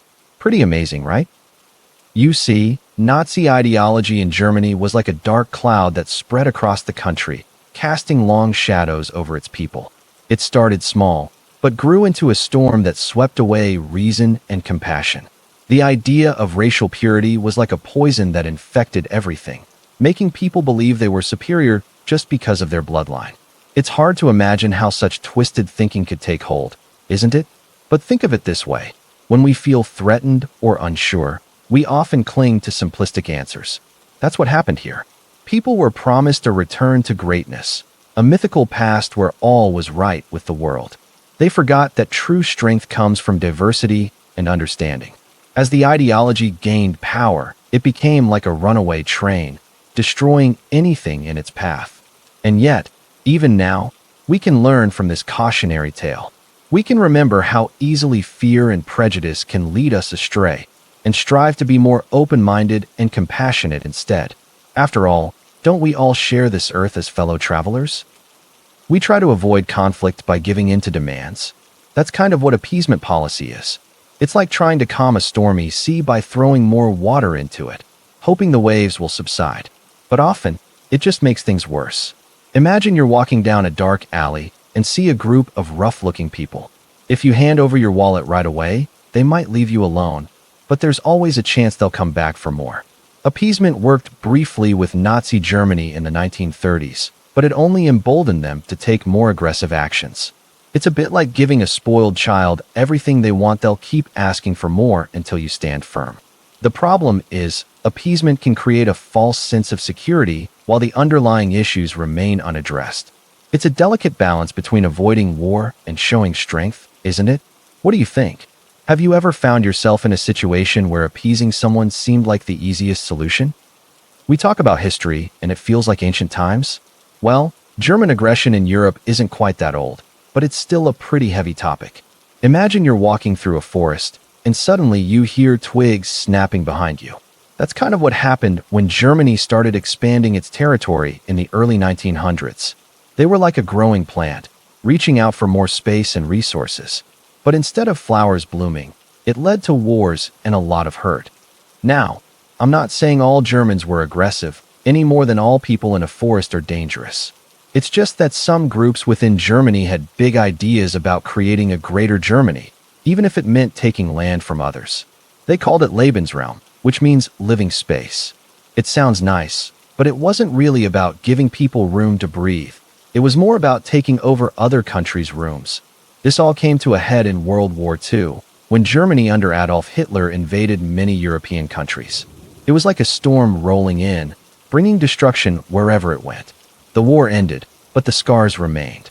Even today, we can see how Germany's past actions continue to shape relationships between countries in Europe.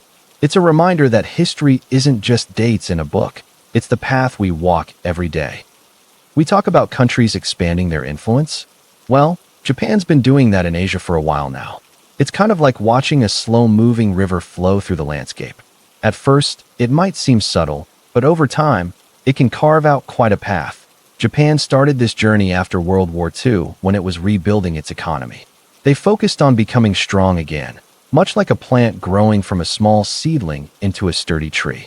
As they grew, they began to reach out to other countries in Asia, sharing their technology and ideas. It's similar to how a tree spreads its branches, connecting with others around it. One way Japan did this was by investing in infrastructure projects across the region. Imagine building a network of roads and bridges. It connects people and places, making things easier to get around. This helped strengthen relationships between Japan and other Asian nations. But here's the thing. While Japan was busy spreading its influence, China was also growing stronger. It's like two trees growing close together. They both need space to thrive. Sometimes, this led to competition between them, which could be tricky. However, Japan also tried to work with China when it made sense. Much like two friends finding common ground despite their differences, Japan continues along this path. It's interesting to think about what the future might hold. Will they keep reaching out to more countries? How will they balance being strong themselves with helping others? These are questions we'll likely see answered over time, much like watching a river continue to flow and shape the land around it. Life feels like a never-ending storm?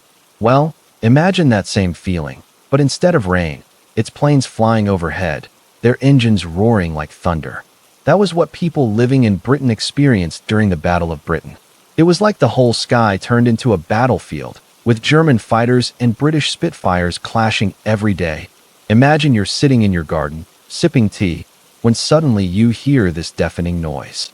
You look up, and there they are, planes zooming past, so close you could almost reach out and touch them. That's what many Britons lived through for months. The air campaign lasted from July to October 1940, and it felt like an eternity. It wasn't just the noise. It was also the fear of being attacked at any moment. People would often take shelter in underground stations or basements, waiting for the skies to clear.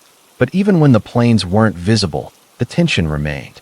It was like living under constant threat of danger, always wondering when the next attack might come. Despite all this, the British held strong. They knew they were fighting for their homes, their way of life. And in the end, they emerged victorious. It was a testament to their resilience and determination. As Winston Churchill said, "Never in the field of human conflict was so much owed by so many to so few." The Battle of Britain may have been a dark time, but it also showed the strength of the human spirit. Life feels like a puzzle, and suddenly pieces start falling into place. That's kind of what happened when Germany occupied Western Europe during World War II. It was like a big storm rolled in, bringing change and upheaval to many countries. Imagine waking up one morning to find soldiers in uniforms you'd never seen before patrolling your streets. That's what happened to people living in France, Belgium, and the Netherlands when German troops arrived. At first, it might have seemed exciting, like a grand adventure, but soon reality set in. The occupying forces brought strict rules and harsh punishments for anyone who didn't comply. It's hard to imagine now, but for many Europeans, everyday life became a delicate balancing act. They had to be careful about what they said and did, always looking over their shoulders. It was like living in a constant state of uncertainty, never knowing when the next challenge would come along. But even in the midst of all this turmoil, there were moments of beauty and resilience. People found ways to resist, to maintain their culture and traditions despite the occupation. It's a reminder that no matter what challenges we face, human spirit can persevere. We talk about history, but it feels so far away. The Holocaust and genocides are like that, but they happened right here on our planet, not too long ago. It's hard to imagine, isn't it? Imagine being forced to leave everything behind, like packing up your whole life into a small suitcase. That's what many people had to do during the Holocaust. It's like a big storm swept through Europe, picking up innocent lives and scattering them across the world. Some found shelter, while others were lost forever. The pain and fear must have been overwhelming, like trying to find your way home in a dark forest. But even in the midst of such horror, there were moments of kindness and courage. People risked their own lives to help others, like hiding children in secret rooms or providing food when there was barely enough for themselves. As we reflect on this painful chapter in human history, it's important to remember that we all have the power to choose how we treat each other. We can learn from the past and strive to create a more compassionate world. It's a bit like tending to a garden. We need to nurture love and understanding and carefully remove any weeds of hatred and prejudice. What do you think? How can we apply these lessons today? Life feels like a chess game? Well, Operation Barbarossa was kind of like that, but instead of pieces, it involved millions of people's lives. It started when Germany launched a surprise attack on the Soviet Union during World War II. Imagine waking up one morning to find your neighbor's house suddenly surrounded by soldiers. That's what happened to many people along the Eastern Front. The operation was named after Frederick Barbarossa, a medieval king known for his military prowess. It was meant to be swift and decisive, like a lightning strike. But as it turned out, the Russian winter proved to be a formidable opponent, much like an unexpected rainstorm on a picnic. The harsh conditions and determined resistance made the operation drag on longer than expected. You see, war isn't always as straightforward as we might think. It's like trying to predict the weather. You can prepare all you want, but sometimes nature has other plans. And just as a single storm can change the course of a day, Operation Barbarossa significantly altered the trajectory of World War II. Life feels like a long, winding road. Well, Stalingrad was kind of like that for Europe during World War II. It was this pivotal moment when everything shifted, much like hitting a fork in the road. The battle raged on for months, with soldiers on both sides fighting tooth and nail. Imagine being stuck in a never-ending traffic jam. That's what it felt like for the people caught in the crossfire. As the days turned into weeks, and the weeks into months, the tide began to turn. It was like watching a slow-moving storm cloud gather strength before unleashing its fury. The Russian army, led by General Zhukov, started pushing back against the German forces. Picture a strong current finally breaking through a dam. That's roughly what happened here. This turning point wasn't just about winning or losing. It was about the very fabric of the war changing. It was like flipping a switch, suddenly illuminating a dark room. From then on, the Allies had momentum on their side, and the Germans were on the back foot.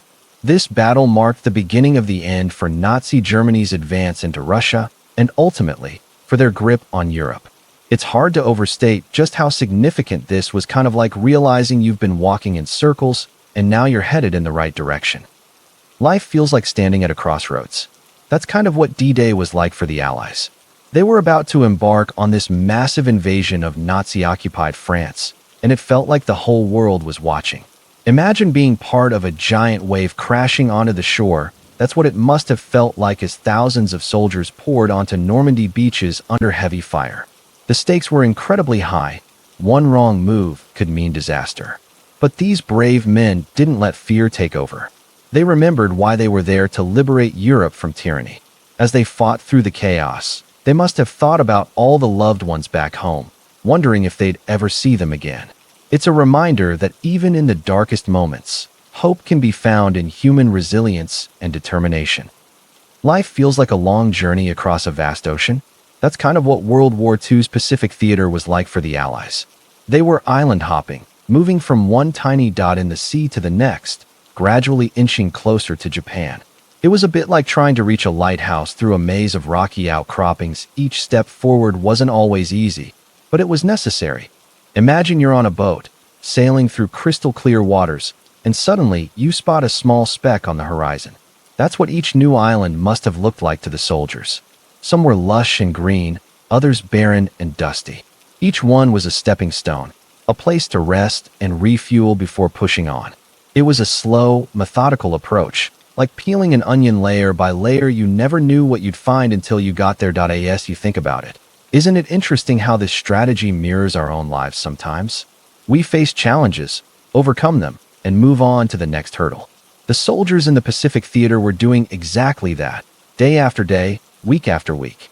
Their story teaches us about perseverance and the power of steady progress, even when the path ahead seems uncertain. We talk about events that changed history. Well, let's think about those atomic bombs dropped on Hiroshima and Nagasaki. It's hard to put into words what happened, but I'll try my best. Imagine you're standing in a bustling city, surrounded by people going about their daily lives. Then suddenly, everything changes in an instant. That's kind of what it was like when those bombs went off. In a split second, entire neighborhoods were reduced to rubble, and thousands of innocent people lost their lives. It's almost too much to comprehend, isn't it?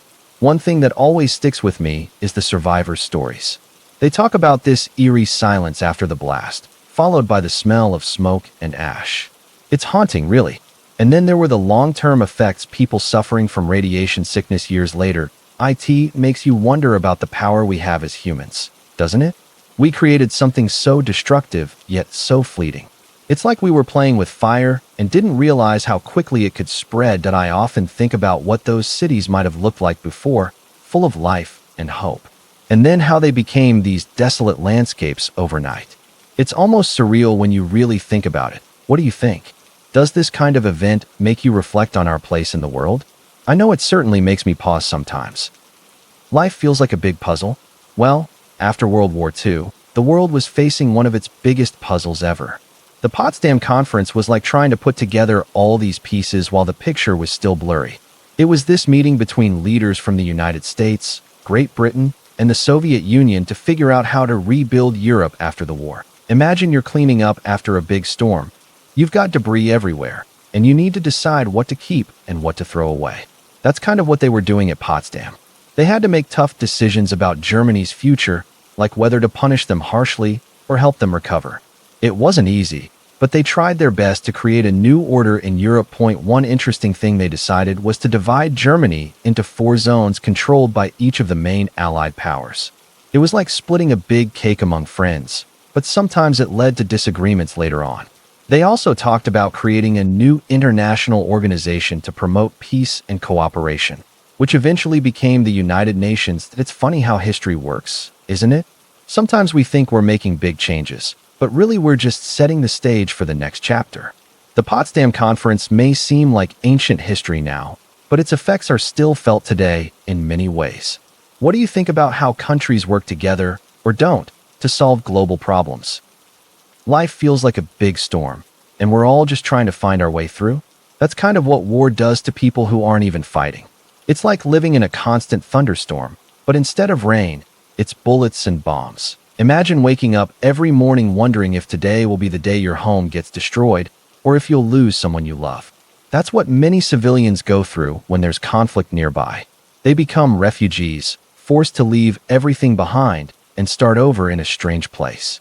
It's like being swept away by a flood and having to rebuild your entire life on higher ground. But here's the thing. Even though they're not directly involved in the fighting, they still suffer. They lose their homes, their jobs, their sense of security. It's like losing your anchor in a stormy sea. And yet, somehow, many of them keep going. They hold on to hope, just like a branch clinging to a tree during a hurricane, that it's hard to understand unless you've been through it yourself, isn't it? But think about this.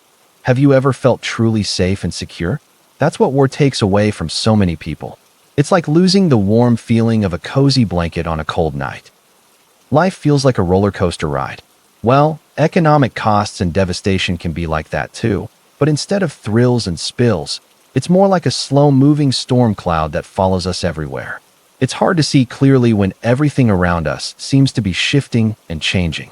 Imagine trying to navigate through thick fog. That's kind of what it feels like when our usual ways of making ends meet start to disappear. Let's take a step back and think about this together. Economic costs aren't just numbers on a spreadsheet. They're real people struggling to put food on the table or keep a roof over their heads. It's like watching a beautiful garden slowly wither away because we forgot to water it. We might not even notice it happening until it's too late. But here's the thing. Even in the midst of all this uncertainty, there's always hope. Just like how a seed still holds the promise of growth even when it's buried under snow, our communities have the power to heal and rebuild. We've seen it happen before, and we can do it again.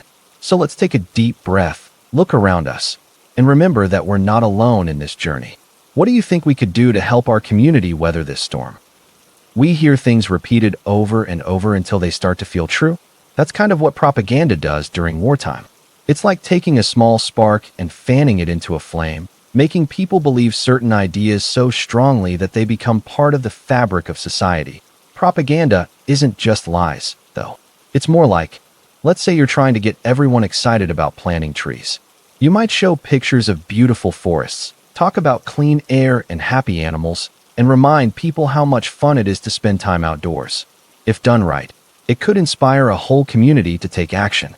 But if used wrongly, it could lead people to support harmful actions without questioning them. That it's interesting to think about, because even today, we see echoes of this in social media campaigns or political speeches. The key is understanding what's being said and why, rather than blindly accepting everything we're told. After all, as the old saying goes, believe nothing you hear, and only half of what you see. We think we understand something, but when we really dig into it, we realize there's so much more beneath the surface. That's kind of what happens when we explore code breaking and intelligence operations. It's like peeling back layers of an onion. Each layer reveals a little more complexity and depth. Imagine you're trying to crack a safe. At first glance, it might seem straightforward, but once you start turning the dial, you realize there are hidden mechanisms and patterns waiting to be discovered. That's similar to how cryptographers work. They're constantly uncovering new ways to encode messages and break codes. It's fascinating to see how intelligence agencies use this knowledge to gather information and protect national security. But here's the thing. While it might sound like something out of a spy movie, the reality is often much more nuanced. These operations aren't just about high-tech gadgets. They also involve understanding human behavior and psychology. For instance, have you ever wondered how spies manage to blend in seamlessly? It's not just about wearing disguises. It's about understanding cultural norms and being able to think on your feet. They need to be chameleons, adapting to any situation while keeping their true intentions hidden. As we reflect on this world of espionage and cryptography, it's worth remembering that even in the most secretive of fields, there's always room for ethical debate. What do you think about the balance between national security and individual privacy? How far should governments go in monitoring communications to keep us safe?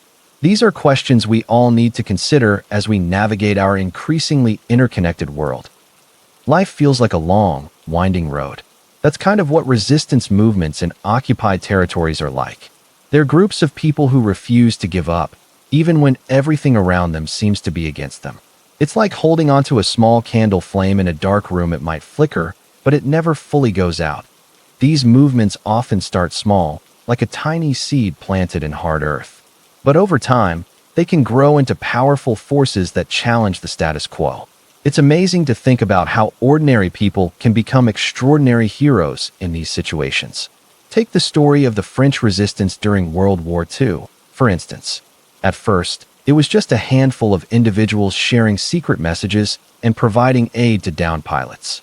But before long, it had evolved into a full-fledged network of spies, saboteurs, and informants. That what's remarkable is how these movements often bring communities together, creating strong bonds between people from all walks of life. It's like forming a human chain across a river. Each person holds onto the one next to them, supporting each other through the turbulent waters.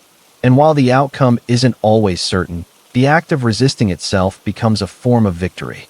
It's a way of saying, we may be small, but we won't be silenced or defeated. We find ourselves in unexpected situations, like when you're walking through a forest and suddenly come across a beehive hanging from a tree branch. It's a bit scary at first, but then you realize that bees aren't inherently bad. They're just trying to make honey and protect themselves. Similarly, in our world of conflicting interests and differing perspectives, we often view others as enemies simply because we don't understand them. But what if we took a step back and looked at things from their point of view? Maybe we discover that they're not so different from us after all. Take the story of the Japanese and American soldiers who became friends during World War II. They found common ground in their shared love of baseball, despite being on opposite sides of the conflict. This reminds us that even in the most challenging circumstances, there's always room for connection and understanding. So next time you encounter someone you consider an enemy, try to see beyond the surface. Who knows what hidden similarities you might uncover? We hear about terrible things happening in the world, but it's hard to wrap our heads around them. That's kind of what war crimes and atrocities feel like. They're like dark shadows that fall across otherwise ordinary lives, leaving scars that never fully heal. Imagine walking through a beautiful forest and suddenly stumbling upon a clearing filled with broken branches and scattered leaves. That's what war often looks like from the outside, messy and chaotic. But when you take a closer look, you might see that some of those branches were once part of a family's home, and those leaves were children's laughter. It's easy to get caught up in the big picture, to think of war as just battles fought between armies.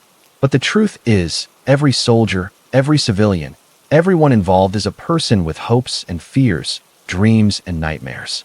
And when we commit atrocities, we're not just hurting strangers, we're damaging pieces of ourselves and others in ways that can't be undone. That I'm not saying this to make you sad or angry. I want you to understand that even in the midst of all this pain, there's still beauty and kindness. There are people who risk everything to protect others, who find ways to love and care for each other despite the horrors around them. It's a reminder that no matter how dark things seem, there's always hope for a better tomorrow. Life feels like a battlefield. Well, military tactics and strategies aren't so different from navigating our own challenges. Think of it this way. Imagine you're planning a hike through unfamiliar terrain. You'd study the map, identify potential obstacles, and choose the best route. That's basically what military strategists do, but instead of mountains and valleys, they're mapping out battles. They consider factors like terrain, weather, enemy strengths and weaknesses, all while keeping their own troops safe and effective. It's a bit like preparing for a big storm. You gather supplies, secure your home, and wait it out. Military leaders have to make quick decisions under pressure, much like how we might need to adjust our plans when unexpected things happen in life. But here's the thing. Even in war, there's often room for mercy and diplomacy. Sometimes, the smartest move isn't to fight at all, but to talk things out. It's a reminder that conflict doesn't always require violence. Just like how a good hiker knows when to rest and when to push on, wise leaders understand when to engage and when to retreat. The goal is always to emerge stronger and wiser, just as we hope to after facing any challenge in life. We talk about technology moving fast. Well, During wars, it moves even faster. It's like trying to build a house while it's still raining, challenging but necessary. Imagine you're in a dark room, and suddenly there's a light switch. That's kind of what radar was during World War II. It helped people see things they couldn't before, like enemy planes coming from far away. But here's the thing. This technology wasn't just used for fighting.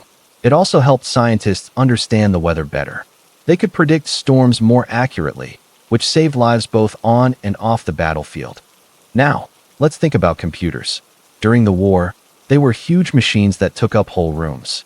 But they were getting smaller and smarter every day. It's like watching a caterpillar turn into a butterfly. Amazing to see. These advancements didn't stop after the war. In fact, they kept going. And that's why today we have smartphones that fit in our pockets and can do more than we ever thought possible. Pretty wild, right? So, the next time you use your phone to find directions or order food, remember that all of this started with people trying to win a war. It's a reminder that even in difficult times, there's always potential for growth and innovation. Life feels like a big puzzle. Well, women's roles in the war effort were kind of like that too. They had to piece together so many different pieces to keep everything running smoothly while the men were off fighting.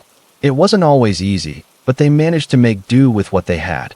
Imagine being responsible for feeding your family, taking care of your home, and maybe even working outside the house all at once. That's basically what many women did during wartime. They became the backbone of society, holding things together from behind the scenes. It's interesting to think about how this affected them personally.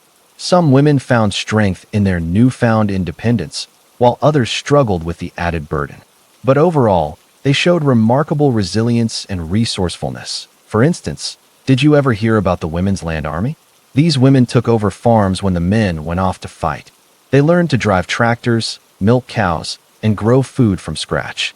It was quite the transformation from their usual domestic duties. As we reflect on this, it's clear that women played a crucial role in keeping countries going during times of conflict. Their contributions may have been unseen, but they were vital nonetheless. And who knows, maybe this experience helped pave the way for future generations of women to take on more leadership roles in various fields. Life feels like being trapped in a small room. That's kind of what prisoner of war camps were like. Imagine waking up every morning not knowing if today would be your last day of freedom. The walls might have been made of cold concrete, but the real prison was in people's minds. Conditions varied, but often prisoners had to share tiny bunks with many others. It must have felt like sleeping in a crowded train station. Some camps were harsh, with little food or water. Others were more comfortable, almost like boarding schools. But even in better conditions, there was always the knowledge that you weren't free. Life in these camps could feel like being stuck in a never-ending dream. Prisoners had to find ways to keep their spirits up, like sharing stories or playing games. Some even formed friendships with guards who treated them kindly. It's amazing how humans can adapt to such difficult situations. But here's the thing. Even in captivity, people found ways to resist. They might have organized secret meetings or sent coded messages. It's like trying to send a message in a bottle across the ocean. You never know if anyone will receive it, but you try anyway. These experiences left deep scars, but also taught valuable lessons about resilience and hope. It's a reminder that no matter where we are in life, we always have choices about how we respond to our circumstances. Life throws us unexpected challenges. Medical emergencies can be one of those surprises. It's good to have a plan in place, just like having a roadmap when traveling to unfamiliar territory. When it comes to medical care and evacuation, think of it as navigating through uncharted waters. You need a clear direction and the right tools. Imagine being lost in a dense forest. You'd want a compass to guide you back home. Similarly, knowing basic first aid skills acts as your compass in emergency situations. These aren't complicated magic tricks. They're simple actions that can make all the difference until professional help arrives. Now, let's talk about evacuation. Picture this. You're on a hike and suddenly feel dizzy. Your body is telling you it needs help fast. That's when your evacuation plan kicks in. It's like having a backup exit route from a building during a fire drill. Knowing which way to go and where to find shelter can be life-saving. Remember, preparation isn't about being paranoid. It's about being responsible. Just as you wouldn't venture into the wilderness without proper gear, Having a basic understanding of medical care and evacuation procedures is your safety gear in life's unpredictable journey. We hear things that don't quite add up. That's kind of what psychological warfare and disinformation are all about. It's like trying to make people believe something that isn't true, but in a sneaky way. Imagine you're walking through a forest and someone keeps telling you there's a bear ahead, even though you haven't seen anything. After a while, you might start to wonder if there really is a bear, even when there isn't one. That's basically what psychological warfare does. But instead of bears, it uses ideas or facts that aren't quite right. It's like spreading rumors, but on a much bigger scale. The thing is, once you realize what's going on, it's hard to shake off the feeling that maybe everything you thought was true wasn't. It's like having a shadow over your whole view of reality. But here's the good news. Once you understand what's happening, you can start to see through it more easily. It's like learning to spot the difference between a real bear track and a fake one in the woods. With practice, you get better at recognizing when someone's trying to lead you astray. We have disagreements with people close to us. It's kind of like that with countries too.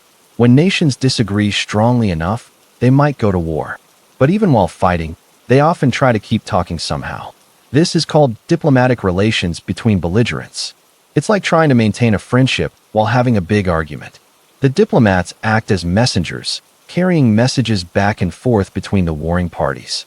They might discuss things like prisoner exchanges, temporary ceasefires, or even ways to end the conflict altogether. It's a delicate balancing act, really, trying to keep communication open while also acknowledging that they're still at odds with each other. Sometimes it works out, sometimes it doesn't. But even when it seems impossible, these diplomatic efforts often play a crucial role in eventually resolving conflicts. After all, who knows what hidden common ground there might be between two nations locked in battle? We hear about countries being neutral. Well, let's take a closer look at what that means for places like Sweden and Switzerland. Imagine neutrality as a big, wide road in the middle of a busy highway. It's not taking sides, but still allowing traffic to flow smoothly. Sweden and Switzerland have been walking this path for a long time. They've learned to stay out of other countries' conflicts while still being good friends to everyone. It's kind of like being the host at a big party. You make sure everyone feels welcome, but you don't join in on any arguments between guests.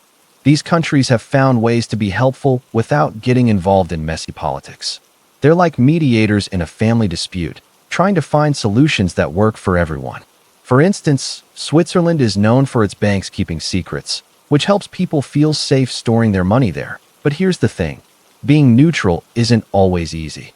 Sometimes it feels like standing in the rain, getting wet from all sides. That's why these countries have to be very careful about who they work with and what they say. It's a delicate balance, like juggling too many balls at once. Despite the challenges, neutrality has worked well for them so far. It's allowed them to focus on things like education, healthcare, and the environment areas where everyone can benefit, regardless of who wins or loses in the world stage. And who knows, maybe one day more countries will try following this path, creating a smoother road for everyone.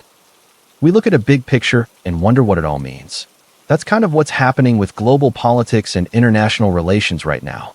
It's like watching a giant puzzle come together, piece by piece. Countries are forming alliances, making deals, and sometimes disagreeing. It's a delicate dance, really.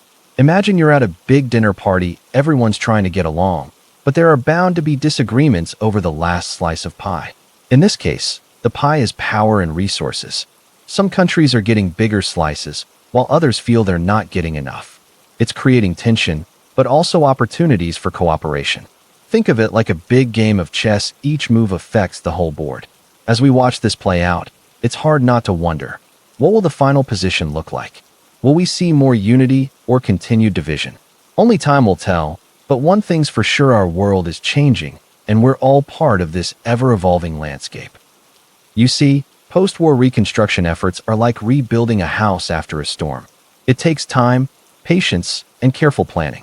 Imagine standing amidst rubble, wondering where to start. That's often how communities feel after conflict. But slowly, piece by piece, they begin to rebuild. It's not just about fixing buildings. It's about restoring hope and trust. Reconstruction is like planting seeds in scorched earth. At first, nothing seems to grow, but with care and nurturing, life bursts forth. It's a reminder that even in the darkest times, there's always the potential for renewal. Think of it as weaving a tapestry. Each thread represents a person, their story, and their contribution to the bigger picture. As you watch this process unfold, you realize that reconstruction isn't just about physical structures. It's about healing emotional wounds and fostering a sense of community. It's about creating a foundation strong enough to withstand future challenges. Just as a tree needs roots deep in the earth to weather storms, a society needs a solid base of understanding and cooperation to thrive after turmoil. We hear stories about people doing terrible things, but we can't quite imagine what it would be like to live through them. That's kind of what happened at Nuremberg after World War II. It was this big trial where former Nazi leaders had to face justice for their actions during the war. Imagine being called to account for every decision you made, no matter how small or seemingly insignificant. It must have been incredibly difficult for those men to stand before judges and explain themselves. One of the most striking things about the trial was how the defendants tried to shift blame onto others or claim they were just following orders. But the judges weren't having it. They kept pushing them to take responsibility for their actions. It's like when you're caught doing something wrong and you try to make excuses, but ultimately you have to admit you messed up. The Nuremberg trials were important because they helped establish that even powerful leaders aren't above the law. They showed us all that we must take responsibility for our actions, no matter who we are or what position we hold. It's a reminder that we're all accountable for how we treat others and make decisions that affect people's lives. Life feels like a patchwork quilt. Well, reparations and compensation after a war are kind of like stitching together those loose threads. It's not always easy, but it's necessary to mend what's been torn apart. Imagine you've lost your home in a fire. The insurance company offers you money to rebuild, but it's never quite enough to make everything perfect again. That's similar to what happens after a war. Countries try to compensate for the damage done, but it's hard to put a price on things like lives lost or communities shattered. It's a bit like trying to fill a bucket with water that's constantly leaking. You pour more in, but you'll never have enough unless you stop the leak first. That's why reparations often feel like a band-aid solution. They help, but they don't heal everything.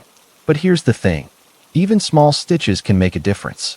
A child who receives food because of aid might grow strong enough to build their own future. A community that gets support might slowly start to flourish again. That it's not about making everything right again. It's about taking that first step towards healing. And sometimes, that's all we can do. What do you think? Does this sound like a fair way to approach things? Or should we be looking for other solutions? We look back on history and wonder what the future might hold. Well, when we think about the long-term effects on European society, it's kind of like watching a garden grow over time. At first, you plant seeds and nurture them, but then you step back and watch as they bloom into something beautiful and unique. In Europe's case, the seeds were planted centuries ago with ideas like democracy, human rights, and innovation. As these ideas grew, they shaped the society into what we see today: diverse, interconnected, and constantly evolving. But just like a garden needs care and attention, European society continues to face challenges and opportunities. For instance, think about climate change. It's like a sudden storm rolling in, testing the roots of our civilization. How will Europe adapt and thrive in this new reality? It's a question we're still pondering, just as gardeners wonder how their plants will fare after a harsh winter. The journey ahead won't always be easy, but with each challenge comes a chance to grow stronger and more resilient, much like a tree weathering storms. Life feels like a slow-moving river? Well, September 1939 was one of those moments when everything changed in an instant.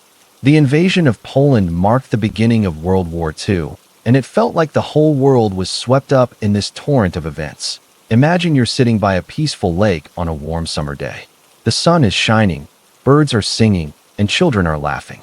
But then, suddenly, a strong gust of wind comes out of nowhere, stirring up the water and disturbing the tranquility. That's kind of what happened when Germany, under Adolf Hitler's leadership, invaded Poland. It was like a stone being thrown into the lake, creating ripples that spread far beyond the immediate area. As the news spread, countries began to take sides, much like people gathering on opposite banks of a river, each waiting to see which way the current would flow. The United Kingdom and France, like two sturdy trees standing firm against the flood, declared war on Germany. But other nations, like neutral Switzerland, remained calm and steady, observing from a distance. This event wasn't just about geography, it was about values and principles. It was like watching a delicate ecosystem being disrupted. The balance of power in Europe had been upset, and nothing would ever be the same again. As we reflect on this moment, we might wonder, what if Germany hadn't invaded Poland? Would history have taken a different course? Only time could tell, but one thing was certain: the world would never be the same after that fateful day in September 1939.